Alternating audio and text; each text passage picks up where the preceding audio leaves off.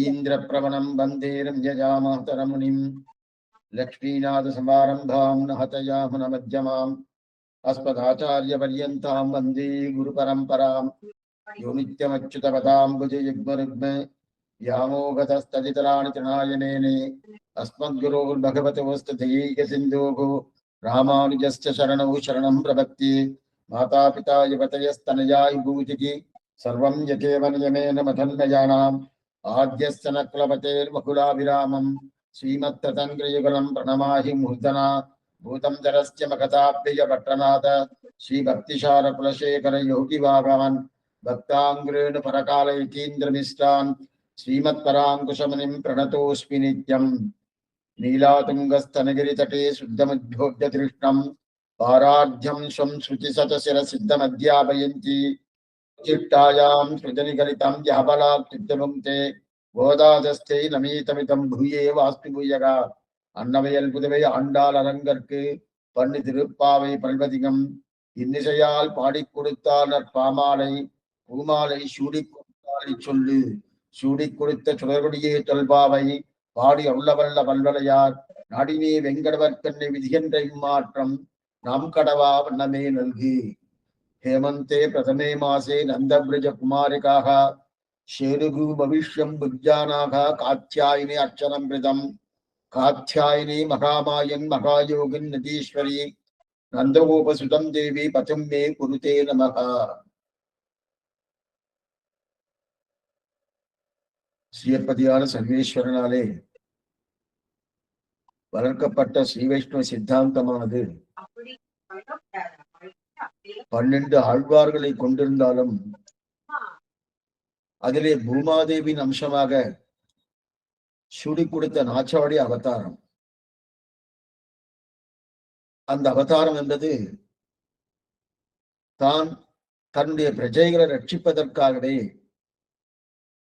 தான் வராக நாயனார் என்று சொல்லக்கூடிய தன் கர்த்தாவான அவரிடத்தில் பெற்ற ஆச்சரியமான அந்த அர்த்த விசேஷங்களை எல்லாம் பூர்ணமாக தெரிந்து கொண்டு அது நம்போல்வார்களுக்கு நன்றாக உபதேசம் பண்ணி அந்த உபதேசத்தாரை நம்மை திருத்தி பகவானுடைய திருவடியிலே கொண்டு போய் சேர்க்க வேண்டும் என்கிற அபிலாஷையே உண்ணாத வாழ்வான வைகுந்தவான் மோகந்தன்னை இகழ்ந்து ஆழ்வார் திருமகளாராய் என்று சொல்லக்கூடிய தன்மையிலே ஸ்ரீவில்லிபுத்தூரிலே ஆடி மாசம் பூர்வ பால்குனிய நட்சத்திரத்தில் அவதாரம் பண்ணினாள் சூடி கொடுத்த நாச்சியார்.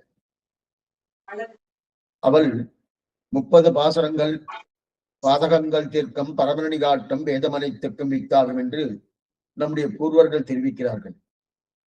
அது மட்டுமல்லாமல் 143 பாசுரங்கள் ஆச்சரியமான பாசுரம் நாச்சியார் திருமொழி அதையும் அனுகிரகித்தார். ஆனால் இந்த திருப்பாவைக்கு மட்டும் ஒரு தனி வைபவம் உண்டு.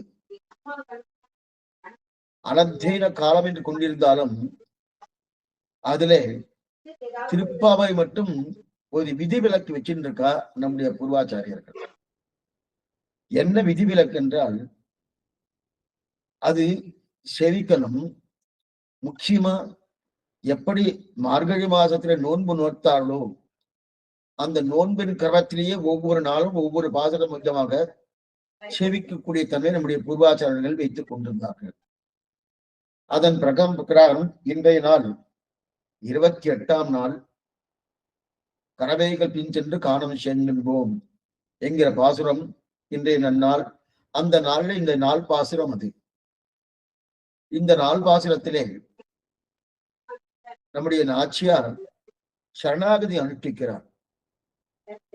முதல் 5 பாசுரங்கள் அவதாரிகை, அதற்கு மேற்கொண்டு 10 பாசுரங்கள் 10 பெண்களை எழுப்பினது, அதற்கு மேற்கொண்டு 5 பாசுரங்கள் நித்தியசூரிகள் ஸ்தானத்தில் இருக்கக்கூடிய அவர்களை எழுப்பினது, மேற்கொண்டு கண்ணனை வரச் சொன்னது, கண்ணனுக்கு பல்லாண்டு பாடினது, கண்ணனுடைய அவதார ரகசியம் சொன்னது. அது மட்டுமல்லாமல் நாங்கள் இப்படிப்பட்ட நிலையிலே வேலையார் செய்வர்கள் என்று சொல்லக்கூடிய எங்கள் முன்னோர்கள் என்ன காட்டியுள்ளார்களோ அந்த காட்டின தன்மையோடு தான் நாங்கள் அனுஷ்டிக்கிறோம் சொன்னது.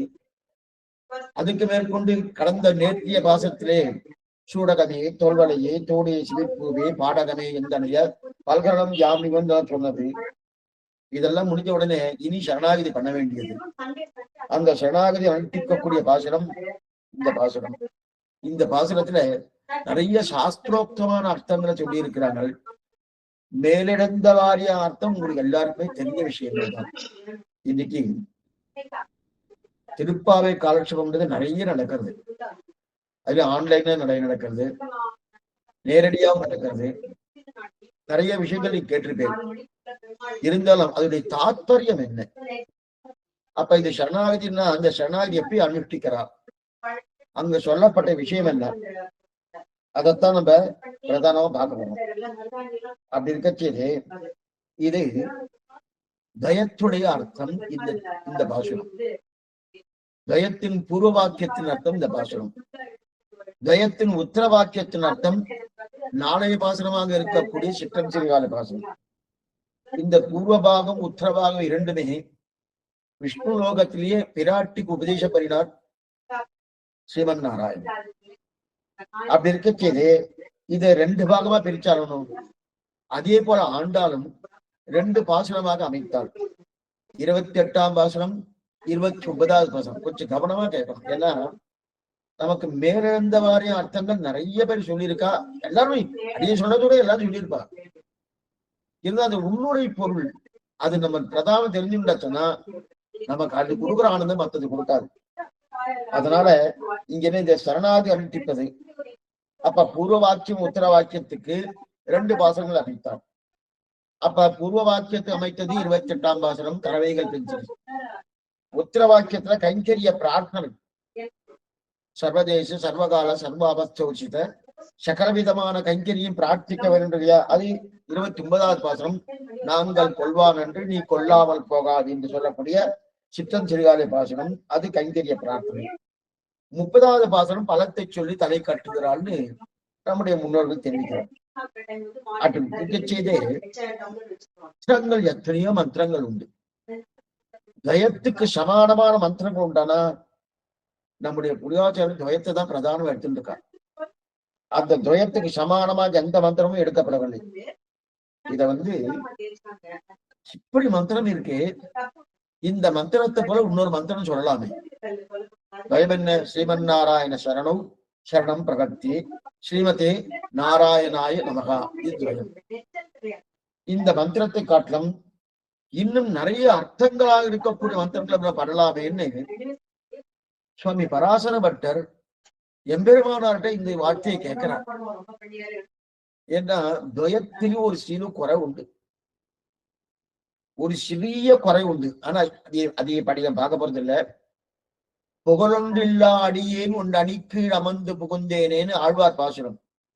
அகலையில்லே இறையும் என்று அலர்மேல் மங்கை உரமான்பா நிகரில் புகழாய் உலகமும் உடையாய் என்னை ஆழ்வானி நிகரில்லமரர் முனிக்கணங்கள் விரும்பும் திருவேங்கடத்தானே புகழ் ஒன்றில்லா அடியேன். இந்த புகழ் வேறுவனாக இருக்கிறேன் என்கிற சப்தமானது துவயத்துல கிடையாது.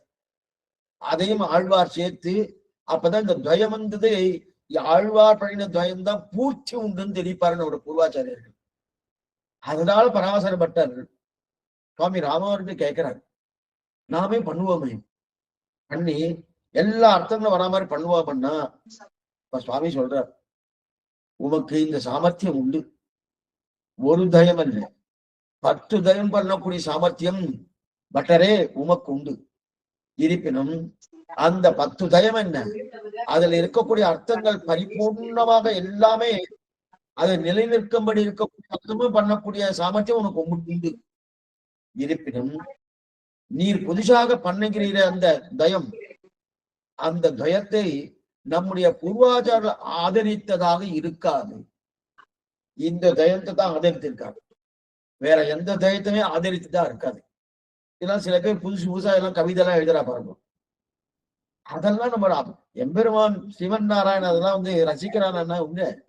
ஆழ்வார் பாசுன்னா தென்னா தனாவென்று வண்டுமுறையில் திருவேங்கடத்துன்னு அப்படி ஒரு ஆனந்தம். அந்த ஆனந்தத்தோடு இருக்கா இல்லையா? அதனாலதான் அந்த துவயம் சொல்லப்பட்டது. ஆனா அந்த துவயம் எப்படிப்பட்டது? 3 ரகசியங்கள் நமக்கு தெரியும். திருமந்திரம் என்ன, துவயம் என்ன, சர்வஸ்லோகம் என்ன, 3 ரகசியங்கள். திருமந்திரம் என்பது சாஸ்திர ருசி பரிகிரகீதம்னு சொல்லுவா. சாஸ்திரத்தை பார்த்து உனக்கு எது பிடிச்சிருக்குன்னு கேட்டுன்னா திருமந்திரம் தான் சொல்லுவோம். ஏன்னா சாஸ்திரம் அதுக்கு தான் எடுத்திருக்கு இல்லையா. என்ன பண்ணிருக்கு? ஓம்கார பிரபவா வேதாகா, அந்த பிரணவத்திலிருந்து தான் வேதங்கள் எல்லாம் பிறந்தன. அப்ப வேதத்தின் சுருக்குமே ஓம்காரம். வேதத்துக்கு ஓம் என்னுவது போல் உள்ளதுக்கெல்லாம் சுருக்காய் தான் மங்களமாதலாலும் மனவாளமாலும் தெரிவிக்கிறார் இல்லையா குஜராத் மலையில. அப்ப வேதம் ஓம்கார பிரபவா வேதம் சொல்லக்கூடிய அந்த ஓமின் அர்த்தம் தான் வேதம் பூர்த்தியாக இருக்கக்கூடியது. அப்ப வேதத்தை கேட்டு உனக்கு எது பிடிச்சிருக்கோம், திருமந்திரம் பிடிக்குமா, துவயம் பிடிக்குமா, சர்ம ஸ்லோகம்னா அது நல்லா சாஸ்திரம் ஓஹோன்னு சொல்லும். திருமந்திரம் தான் பிரதானம் சொல்லும். அப்ப சாஸ்திர ருசி பரிகிரகீதம் திருமந்திரம் சொல்றது. அதற்கு மேற்கொண்டு பகவானை கேட்டு ஈஸ்வரன் பகவானை பார்த்து தேவனுக்கு திருமந்திரம் பிடிக்குமா, சரம ஸ்லோகம் பிடிக்குமா, மேற்கொண்டு துவயம் பிடிக்குமான்னா நேரடியா சொல்வார் சரம ஸ்லோகம் தான். ஏன்னா அவர் கொடுத்திருக்காரனும் சர்வதன்மான் பரித்தஜ்ய மாமேகம் சரணம் பிரஜா அகம் துவா சர்வ பாப்பியக்கு மோட்சிஷ்யாமின்னு அவர் கொடுத்தரணும். அப்ப ஈஸ்வர ருசி பரிகிரகீதம் சர்ம ஸ்லோகம். ஆனால் ஆச்சாரியர்களை பார்த்து நம்ம கேட்டோம்னா அவளுக்கு துவயத்தை தவிர மற்றொன்னு கிடையாது. ஆச்சாரிய ருசி பரிகிரீதம் இது துவயம். அப்படி இருக்கச்சே அந்த துவயம் தான் பிரதானம். அந்த துவயத்துடைய அர்த்தத்தை தெரிவிக்குவதுதான் 28ஆம் பாசனம் 29ஆம் பாசனம். துவயம் 2 வாக்கியங்கள். பூர்வவாக்கியம் பூர்வவாக்கியத்தை விவரிக்க வந்தது இன்றைய பாசனம் 28ஆவது பாசனம் கரவைகள் பெஞ்ச பாசனம். உத்தர வாக்கியத்தை விவரிக்க வந்தது எந்த பாசனம்? நாளைய பாசனம் சிற்றம் சிறுகாலை பாசனம். இப்ப பூர்வ வாக்கியத்தும் உத்தர வாக்கியத்துக்கு வேணும்னா பூர்வ வாக்கியம் சரணாகதி, உத்தர வாக்கியம் அந்த சரணாகதிக்கு அனுஷ்டித்தனும் அந்த அனுஷ்டித்துக்கு தகுந்தாற் போல கைங்கரிய பிரார்த்தனை. அந்த கைங்கரிய பிரார்த்தனை தான் சிற்றம் சிறுகாலே வந்துன்னை சேவித்து என்கிற பாசனத்திலே வைத்தால் ஆண்டான். ஆனால் பூர்வ வாக்கியம் என்று சொல்லக்கூடிய ஸ்ரீமன் நாராயண சர்மோச்சரம் பக்தே அந்த பூர்வ வாக்கியத்தை கறவைகள் பின் சென்று காலம் சென்னும் பாசகத்திலே வைத்தாலும் தெரியாது. தயத்துக்கு அத்தனை வைபவமா சுவாமி. இந்த வேதாந்த தேசிகன் தன்னுடைய ஆச்சரியமான கிரந்தம் அதை தெரிவிக்கிறார் தயத்தை பத்தி. நான் வேதாந்தாது சாஸ்திரம் நான் மதுமதனாது தத்துவமகிலம் நான் சத்வாது ஆரோக்கியம் நான் துவயவச்சனகரா க்ஷேமகரம் தெரிவிக்கிறார். இது தேசிகன் தெரிவிக்கிற வேதாந்த தேசிகன் ரகசியத்திரை சாரத்துல ஆச்சரியமா தெரிவிக்கிறார். 32 அதிகாரங்களோடு கூடிய ரகசியத்திரை சாரம் அது தெரிவிக்கிறார். நான் வேதாந்தாது சாஸ்திரம், சாஸ்திரத்துக்கு மீதூர்ந்த வேதாந்தமே கிடையாது. அப்ப வேதம்னால வேதத்துக்கு மேற்பட்டது எதாவது உண்டானா கிடையாது. வேதம் தான் பிரதானம். நான் வேதாந்தாது சாஸ்திரம் நம் மதுமதுனாது சத்துவமகிலம். 1000 அலைகடல் கடைந்தாரணும், அந்த திருப்பாற்றல் கடைந்தாரணும், அந்த திருக்காற்றல் கடைந்த அந்த மதுமதனாட இருக்கக்கூடிய ஸ்ரீமன் நாராயணன் அந்த திருமாலுக்கு மேல வேறு தத்துவம் கிடையாது.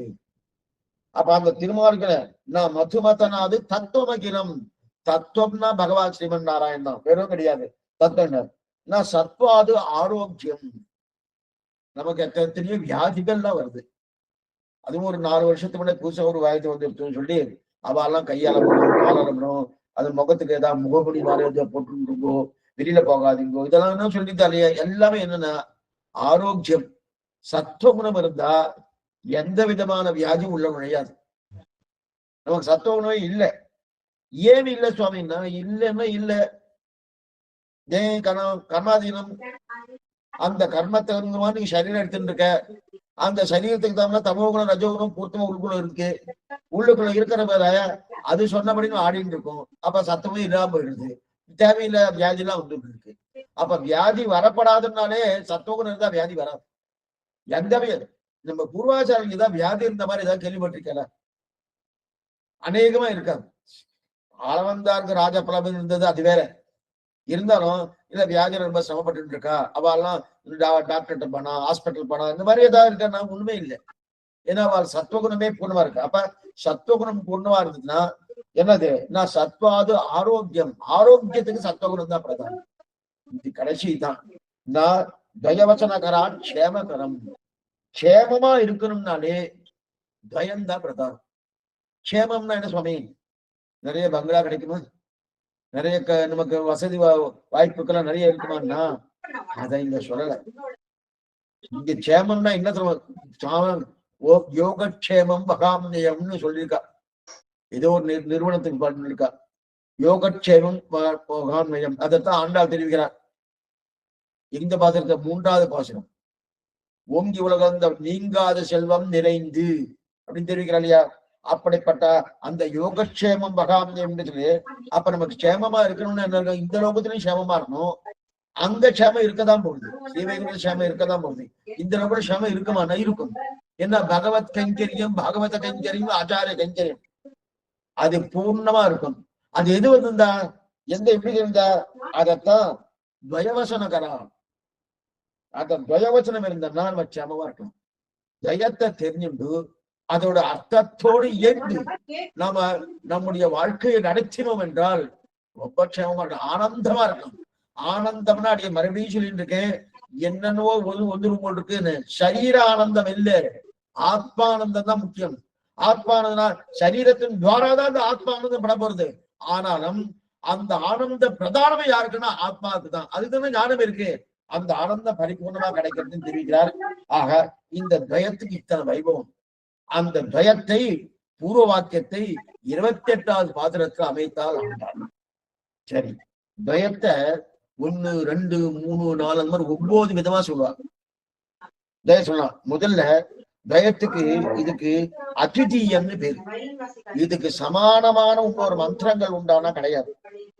சமானமான இதுக்கு சமானமான துவயத்துக்கு சரியான மந்திரம் இதா இருக்குன்னா திருமந்திரமும் கிடையாது, சர்வஸ்வரமும் கிடையாது.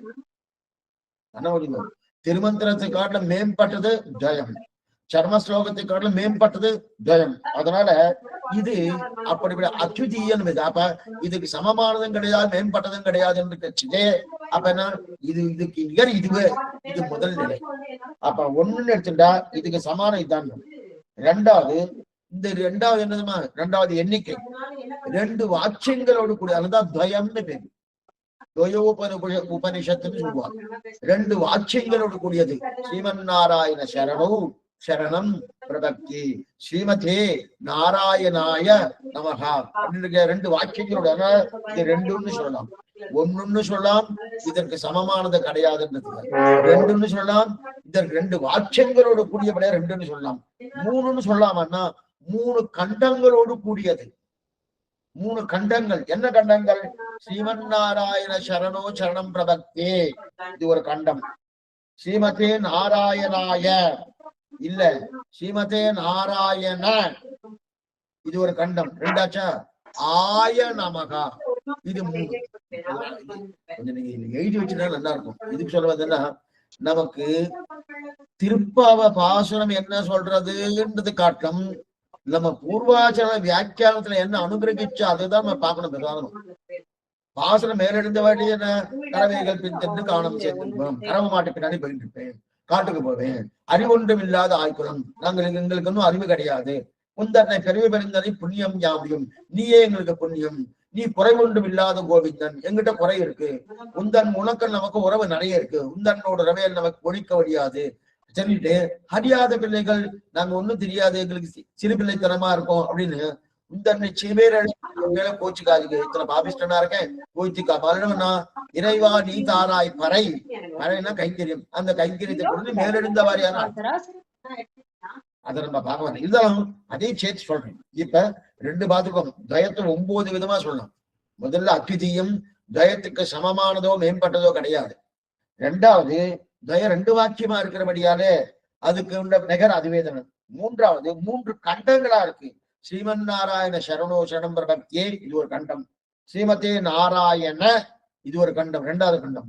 ஆய நமகா, 3வது கண்டம். அப்ப 3 கண்டம். அப்புறம் 4வது அதுன்னு இது 4 அடக்கி இருக்கு. 4 என்ன? தர்ம அர்த்த காம மோட்சம். தர்ம அர்த்த காம மோட்சம், அறம் பொருள் வீடு இன்பம் தமிழ் சொல்றோம். அறம் பொருள் வீடு இன்பம் தர்ம அர்த்த காம மோட்சம் இந்த நாளையும் தன்னிலை அடைத்துக் கொண்டு நாலாவது புருஷார்த்தமாக இருக்கக்கூடிய மோட்சானந்தத்தை பெற்றுக் கொடுக்கிறபடியாலே இது நாலுன்னு சொல்லலாம். அப்ப அந்த துவயத்தை ஒன்னொன்னு சொல்லலாம் அத்விதீயம், ரெண்டுன்னு சொல்லலாம் ரெண்டு வாக்கியங்களோட கூடியது, மூணுன்னு சொல்லலாம் மூன்று கண்டங்களா இருப்பது, நாலுன்னு சொல்லலாம் தர்மார்த்த காம மோட்சங்களை கொடுக்கக்கூடியதாலும் பிரதானம் இதுக்கு எதுனா மோட்சானந்தத்தை கொடுக்க நாலுன்னு சொல்லலாம். அடுத்து ஐந்தாவது அர்த்த பஞ்சகத்தை விவரிக்க வந்தது. அர்த்த பஞ்சகத்தை விவரிக்கிறது நித்தியமே சொல்லிட்டு இருக்கோம்.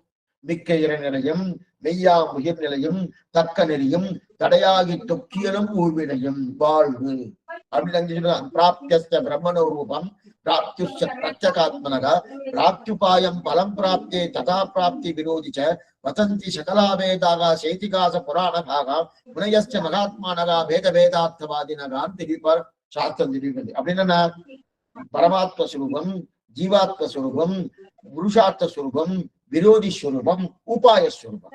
அப்ப இது அர்த்த பஞ்சகம். இந்த அர்த்த பஞ்சகத்தை விவரிக்க வந்தது துவயம் என்பதை 5ன்னு சொல்லலாம். அதுக்கப்புறம் 6 ஷட்பதங்களோடு கூடியது. ஸ்ரீமன் நாராயண சரணம் சரணம் பிரபக்தி ஸ்ரீமதே நாராயணாய நமகா 6 பதங்களோடு கூடியவரையாலே இது 6ன்னு சொல்லலாம். அடுத்து 7 சொல்லாமன்னா 7 சமுத்திரங்கள், 7 கடல்கள், அந்த 7 சமுத்திரங்களுக்கு உண்டான மகிமை இதுல இருக்கு. ஏன்னா 7 சமுத்திரத்துக்கு எத்தனை பெரியது, அத்தனை இது 2 வாக்கியத்துல அத்தனையும் உண்டான அத்தனையும் உண்டு, அத்தனையும் உண்டு. அப்படிப்பட்ட 7 சமுத்திரத்துடைய மகிமை இதுல இருக்கிறபடியாலே 7ன்னு சொல்லலாம். 8ன்னு சொல்லாமன்னா 8 நல்லாவே தெரியுமே, அட்டாட்சரி திருமந்திரம். அந்த திருமந்திரத்துக்கு விவரணமே துவயம்தான். திருமந்திரத்தை சுமாரதான் சொல்லும், பூர்த்தியா சொல்லாது. அதை விவரிக்கிறோம்னா தயத்தை பார்த்தா திருமந்திர அர்த்தம் பூர்ணமா தெரிவிக்கணும். அதனால 8 சொல்லணும். அஷ்டாட்சர மந்திரமாக இருக்கக்கூடிய திருமந்திரத்திலே விவரணத்தையே தயம்தான் சொல்லுகிறது. 9ன்னு சொல்லாமன்னா நவரசங்களிலே சாந்தி ரசம்னு பேரு. 9 ரசங்கள் உண்டு. அந்த நவரசங்களே சாந்தி ரசம். அந்த சாந்தி ரசம்னா நமக்கு முதல்ல நிம்மதியை கொடுத்தது.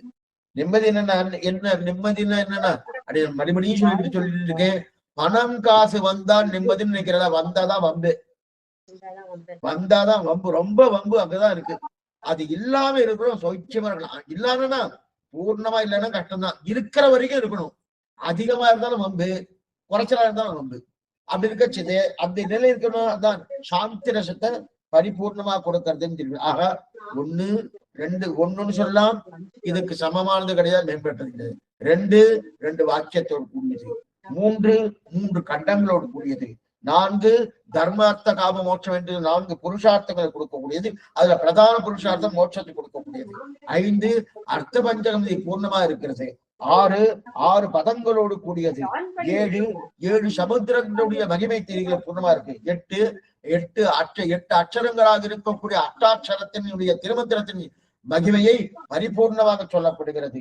9 சாந்திரசம் என்று சொல்லக்கூடிய நவரசங்களிலே சாந்திரசத்தை கொடுக்கக்கூடியதுன்னு தெரிவித்தார். சரி சுவாமி, சரி, இந்த துவயத்துல அர்த்தம் புரியுமோ புரியாதோ இதெல்லாம் இருக்கு இல்லையா? ஆனா இது சம்ஸ்கிருதமா இருக்கே சுவாமி, புரியுமா? ஸ்ரீமன் நாராயண சரணம் சரணம் பிரபக்தி ஸ்ரீமதே நாராயணாய நமகா. நமக்கு அவ்வளவு தூரம் புரியறது இல்லையே. தனித்வயம்னு பிரலோகாச்சார் பண்ணியிருக்காரு, தனித்வயம் பண்ணியிருக்காரு. அது மட்டும் இல்ல, 4 கிரந்தங்கள் துவயத்துக்குன்னு வச்சிருக்காரு. இருந்தாலும் பூர்ணமா புரியறதான்னா புரியுற மாதிரி தெரியலையே சுவாமின்னா, நம்முடைய தாய் கோதாதேவி என்ன பண்ணிருக்காருன்னா இந்த பாட்டுல துவயத்துடைய அர்த்தம் என்ன, கறவைகள் பின்சென்று காணம் சேர்ந்துன்புகம் அறிவொன்று இல்லாத ஆய்குடத்து உந்தன்னை பிறவி பிறந்தனை புண்ணியம் யாமடையோம் குறைவொன்று இல்லாத கோவிந்தா உந்தன்னோடு உறவே நமக்கின் ஒழிக்க வழியாது அறியாது அன்பினால் உந்தன்னை சிறுபேர் இடைத்தரும் சீரி அருளாதே இறைவா நீ தாராய் பறை 7 ரூபாவாய். இந்த 2 பாசுரம் தெரிவிக்கிறார். ஆனா இதற்கு முன்னாடியே நம்மாழ்வார் தயத்துடைய புருவாக்கியம் உத்தரவாக்கியம் இல்லையா, அதற்காக 2 10 பாசுரங்கள் அனுகிரகித்திருக்கார் சுவாமி. நம்மாழ்வார் 2 10 பாசுரங்கள். ஒரு பாசுரம் 6ஆம் 10 10ஆம் திருவாய்மை உலகம் உண்ட பெருவாய பதிகத்திலே அகலையில் இறையமென்று அலர்மேல் வந்த உரைமார்வா நிகரில் புகழாய் உலகமுண்டுடையா என்னையாழ்வானே நிகரிலமரர் முனிக்கணங்கள் விரும்பும் திருவேங்கடத்தானே புகழொன்றில்லா அடியேன் உன் அடிக்கீழமர்ந்து புகுந்தேனே. இது என்னது? பூர்வ வாக்கியத்தின் அர்த்தம். அதே உத்தர வாக்கியத்தின் அர்த்தம். இது 6ஆம் 10 10ஆம் திருவாய்மொழி 10வது பாசுரத்திலே பூர்வ வாக்கியத்தின் அர்த்தமாக இருக்கக்கூடிய ஸ்ரீமன்னாராயண சரணம் சரணம் பிரபக்தி என்கிற சப்தத்தின் பாசுரத்தின் அர்த்தத்தை அங்கு வைத்தார் சுவாமி நம்மாழ்வார். அதே உத்தர வாக்கியம் என்ன? ஸ்ரீமதே நாராயணாய நமகா.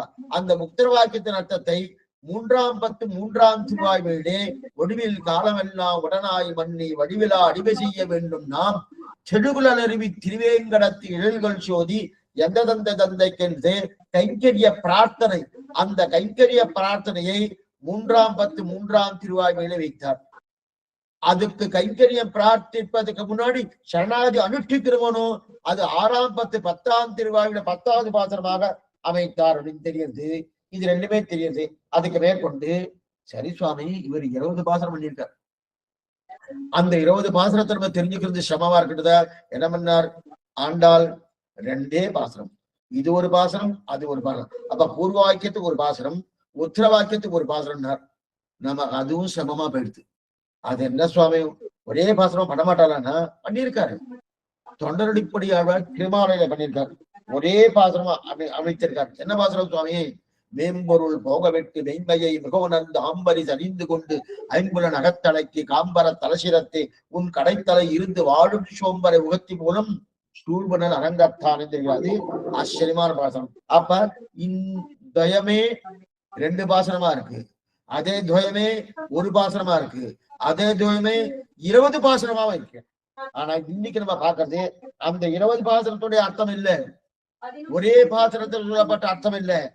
2 பாசனம், 28ஆம் பாசனம் 29ஆம் பாசனம். ஆனா 28 மட்டும் தான் பார்க்க போறோம். 29 இன்னைக்கு நம்ம பார்க்க போறது இல்லை. அப்படி கட்சி இப்படிப்பட்ட ஆச்சரியமான அந்த பாசனத்தை அர்த்தம் பார்க்கணும். மேம்பொருள் போக வெட்டுன்னு சொல்லணும். இது திருமாலையில தொண்டபடியாள அனுகிரகித்த ஆச்சரியமான பாசனம் இந்த பாசனம். இந்த பாசனத்துல இந்த ரத்னமான பாசனம். மேம்பொருள் பாட்டுக்கு மேலில் பாட்டில்லை பெரியவாச்சாரியர் தெரிவிக்கிறார். மேம்பொருள் பாட்டுக்கு மேலில் பாட்டு இல்லை அப்படின்னு பெரியவாச்சாரியர் தெரிவிக்க. இந்த பாட்டு தான் ரத்னம். ரத்னம் என்ன? கீழே 45 திருமாலை அறியாதார் திருமாலையே அறியார் அப்படின்னு ஒரு வாக்கியம் இருக்கு. திருமாலை அறியாதார் திருமாலையே அறியார். திருமாலையை அப்படின்றது இது பிரபந்தம். அந்த பிரபந்தம் என்று சொல்லக்கூடிய திருமாலைங்கிற பிரபந்தத்தை யாரு கேட்கலையோ, யார் புரிந்து கொள்ளலையோ, யாருக்கு தெரியலையோ, திருமாலை என்று சொல்லக்கூடிய சிவன் நாராயணனை அறிய மாட்டார்கள். அந்த அளவுக்கு திருமாலைக்கு உண்டான வைபவம் அந்த பிரபந்தத்துக்கு அதுல தெரிவிக்கிறார். அதுல 45 பாசனங்கள். அந்த 45 பாசனங்கள்ல இந்த மேம்பொருள் பாசனம் என்பது 38வது பாசனம். மேம்பொருள் பாசனம் 38வது பாசனம். அப்ப 38வது பாசனம் தான் ரத்னம். ரத்னமான பாசனம். அந்த ரத்னமான பாசனத்தை எப்பவுமே ஒரு ரத்னம் இருக்குன்னு வச்சுக்கோங்க. இன்னைக்கு அதுவும் 1 லட்சத்துக்கு மேல போயிடுச்சு. அப்படி ரத்னத்தை சொல்ல தங்கத்தை ரத்னம்னு விலை அதிகம். அப்படி இருக்கச்சு அந்த ரத்னத்துக்கு ஒரு பெட்டி வேணுமோ, ஜாகிரதா கூட்டி வைக்கணுமோ, பெட்டி வைக்கணுமோ. அந்த பெட்டியை போலத்தான் 37 பாசனங்கள். அப்ப 38ஆம் பாசனம் மேம்பொருள் போக வெட்டி என்று சொல்லக்கூடிய துவயத்தின் அர்த்தத்தை சரிவிக்க வந்த ரத்னமான பாசனம். அது ரத்னமானபடியாலே அந்த ரத்னத்தை ஜாகிரதை ஒரு பெட்டிக்குள்ள வைக்கணும்ன்றதுக்காகதான் முன்னாடி இருக்கக்கூடிய 37 பாசனங்கள் பெட்டியை போல, பின்னாடி இருக்கக்கூடிய 7 பாசனங்கள் இது 38. அப்புறம் 39 40 45 வரைக்கும் 7 பாசனம் இருக்கு இல்லையா? அந்த பெட்டிக்கு உண்டான மூடியை போல. அப்ப 30 கிட்டத்தட்ட 37 பாசனங்கள் பெட்டி. பெட்டி தானே பெருசா இருக்கும், மூடி சிறுசா இருக்குமோ. அந்த பெட்டிக்கு மூடியை போல 39ஆம் பாசனத்திலிருந்து 45ஆம் பாசனம் பெட்டியை மூடி போல. நடுவில் 38வது பாசனம் ரத்னம்.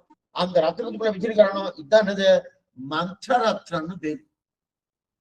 மந்திர ராஜா, மந்திர ரத்னம்னு. ராஜா முக்கியமா ரத்னம் முக்கியம்? என்ன சுவாமி ராஜா தானே முக்கியம்? ராஜா இருந்தா ரத்னம் சம்பாதிக்கலாமோ? ரத்னத்துக்கு ஞானம் இருக்குமா? இருக்காது. ராஜாவுக்கு தானே ஞானம் இருக்கும். அப்ப ரத்னம் உயர்ந்ததா ராஜா உயர்ந்ததா? ஏன்னா திருமந்திரத்துக்கு மந்திர ராஜான்னு பேரு. துவயத்துக்கு மந்திர ரத்னம்னு பேரு. துவயத்துக்கு மந்திர ரத்னம், திருமந்திரத்துக்கு மந்திர ராஜான்னு பேரு. ஆனா ராஜா உயர்த்தியா ரத்னம் உயர்த்தியானா, ராஜாவுக்கு தானே சுவாமி ஞானம் இருக்கு, ரத்னத்துக்கு ஞானம் இருக்கா? ரத்னமே இங்க வா அப்படின்னு கூட்டா வருமானா? வரவே. ஆனா இதுல என்ன ஒரு விஷயம்னா, ரத்னம் தான் உயர்ந்ததுன்றார். அதுக்கு ஞானமே இல்லையே சுவாமி, ராஜாக்கு ஞானம் இருக்குன்னா, ஞானம் இருக்கிற ராஜா விருப்பத்து எதை? ரத்னத்தை தான் விரும்புறார். அப்ப நல்ல பாத்துக்கோ, ரத்னம் ராஜா விரும்பாது, அந்த ரத்னத்தை தான் ராஜா விரும்புறார். அப்ப எது பெருசு? ரத்னம் தானே பெருசு. அப்படின்னு அர்த்தம், திருமந்திரத்தை காட்டிலும் துவயம்தான் மேம்பட்டதுன்னு தெரிவிக்கிறார். அதனால அந்த ரத்னம் மந்திர ரத்னம், மந்திர ரத்னமே துவயம். இதத்தான் ரகசிய துவயத்தாலே வியக்தமாகாத ஸ்ரீசம்பந்தம் வாக்கிய துவயத்தாலே வியக்தன்னு தெரிவிக்கிறார் நம்முடைய பூர்வாச்சாரியர். ரகசிய துவயத்தாலே, ரகசிய துவயம் என்னன்னா, திருமந்திரம் தயம் சர்மஸ்லோகம் 3 இருக்கணும், அது ரகசிய திரயம். அந்த ரகசிய திரயத்தை ரகசிய துவயம்னு எடுத்துனா, அந்த துவயத்தை துவயம்னா எது? இப்ப நம்ம ஸ்ரீமன் நாராயண சர்மம் அது பிரிச்சுட்டு மிச்சம் 2 இருக்கணும். என்ன 2? திருமந்திரமும் சர்மஸ்லோகம். அந்த சர்மந்திரம் சர்மஸ்லோகத்துல ஸ்ரீசம்பந்தம் வியக்தமா இருக்கான்னா கிடையாது. ஸ்ரீ ஓம் நமோ நாராயணாய இந்த பிராட்டி சம்பந்தம் இருக்கா? அகாரத்துல இருக்குன்னு நம்ம நிரூபிக்க வேண்டியிருக்கு. அது நேரடியா ஸ்ரீனு சப்தம் வந்திருக்கானா? இல்ல. அதே போல சர்வஸ்லோகத்துல ஸ்ரீ சம்பந்தம் இருக்கான்னா, சர்வதர்ம செவிச்சு பாருங்க, சர்வதர்மான் பரித்யஜ்ய மாமேகம் சரணம் பிரஜா அகம் துவா சர்வ பாபியப்ஜு மோட்சயிச்சாம் ஆசிஷகா. இல்லவே இல்லை. அப்ப இது வியக்தமா இல்ல, உள்ளுக்குள்ள இருக்கு. சர்மஸ்லோகத்திலையும் உள்ளுக்குள்ள ஸ்ரீ சம்பந்தம் உண்டு, திருமந்திரத்திலையும் உள்ளுக்குள்ள ஸ்ரீ சம்பந்தம் உண்டு. ஆனா நேரடியா பார்க்கறது இருக்கான்னா இல்ல. ஆனா தயத்துல அப்படி இல்ல. ஸ்ரீமன் நாராயண முதல்ல எடுத்ததே ஸ்ரீதான். ஸ்ரீமன் நாராயண சரணௌ சரணம் பிரபத்தி ஸ்ரீமதே நாராயணாய நமகா அப்படின்னு தெரிவிக்கிறாரியா. அப்ப இந்த துவயத்துக்கு எத்தனை வைபவம், இத்தனை வைபவம் தயத்து சொல்லியிருக்கானா? அதான் துவயச்சரித்து. அப்ப துவயத்தின் பூர்வ வாக்கியம் சரணாகதி.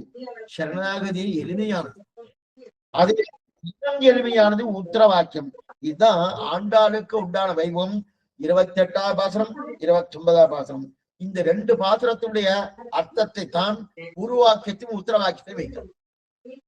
பூர்வவாக்கியத்தையும் உத்தர வாக்கியம் வைக்கிறோம். ஆனா சுவாமி நம்மாழ்வார் பூர்வவாக்கியம் உத்தர வாக்கியம் பண்றச்சே கொஞ்சம் நல்லா பாத்துக்கணும். பூர்வவாக்கியம் உத்தர வாக்கியம் பண்ணிட்டு இருக்கச்சே அவர் முதல்ல உத்தர வாக்கியத்தை முதல்ல வைத்துட்டு பின்னாடி பூர்வவாக்கியத்தை வைக்கிறார். ஒரு விஷயம் சேர்த்து சொல்லிடுறேன் ஞாபகம் வந்தபடியாவே. திருவேங்கடமுடியான்ட்டுதான் இவர் துவயானுசந்தானமே பண்றார். ஆழ்வார்கள் அத்தனை பேரும் திருவேங்கடமுடியான்னு தான் எல்லாம் பட்சபாதி. நல்லா பாக்கணும். இது பெரிய புகாரே உண்டு, பெரிய புகாரே உண்டு. திருமலை அனந்தாள் சுவாமின்னு ஆச்சரியமான பெரிய மகா வித்வான். அந்த அந்த சுவாமி சொல்லுவாரா, ஆழ்வார்கள் பாசுரம் எல்லாம் திருவேங்கடமுடியாருக்கு தான் அதிகமா இருக்கு. அதிகமான திருவரங்கத்துல தான் அதிகம் இருந்தாலும் எல்லாம் திருவேங்கடமுடியார் தான் நிறைய பாடி இருக்கா. இருப்பினும் திருவரங்கத்தான் வைபவம் வைபவம் சொல்லிட்டு இருக்கோம். என்னன்னா பராசரவற்ற இவர் திருவரங்கத்தை வைபவம் பண்ணிட்டார். என்ன துவயத்தை அனுசந்தானம் பண்ணது திருவேங்கடமுடியாருக்கு தான், வேற எங்கேயும் கிடையாது. இவருக்கு நம்பெருமாளுக்கு தயானுசந்தானம் நம்பெருமாள் பாசுரமே கிடையாது. மூலபிம்பத்துக்கு தான், பெரிய பெருமாளுக்கு தான் பாசுரம். ஒரு பாசுரம் நம்பெருமாள் கிடையாது. எல்லா பாசுரமும் நாங்க பெரிய பெருமாளுக்கு தான் பாசுரமே தவிர மூல இவருக்கு கிடையாது. ஆனா உற்சவர்கள் எங்கேயுமே இருக்காத சுவாமி உண்டு. நின்ற ஆதிப்பிரான் நிற்க மற்ற தேவன் நாடுதல். இந்த மூலவருக்கு திருக்குறுகூர் திவிதேசத்துக்கு ஆழ்வார் திருநெறி. பொலிந்த நின்ற பிரான் கண்டீர் ஒன்றும் பொய்யில்லை போட்டு பொலிந்த நின்ற பிரான் உற்சவருக்கு பேரு.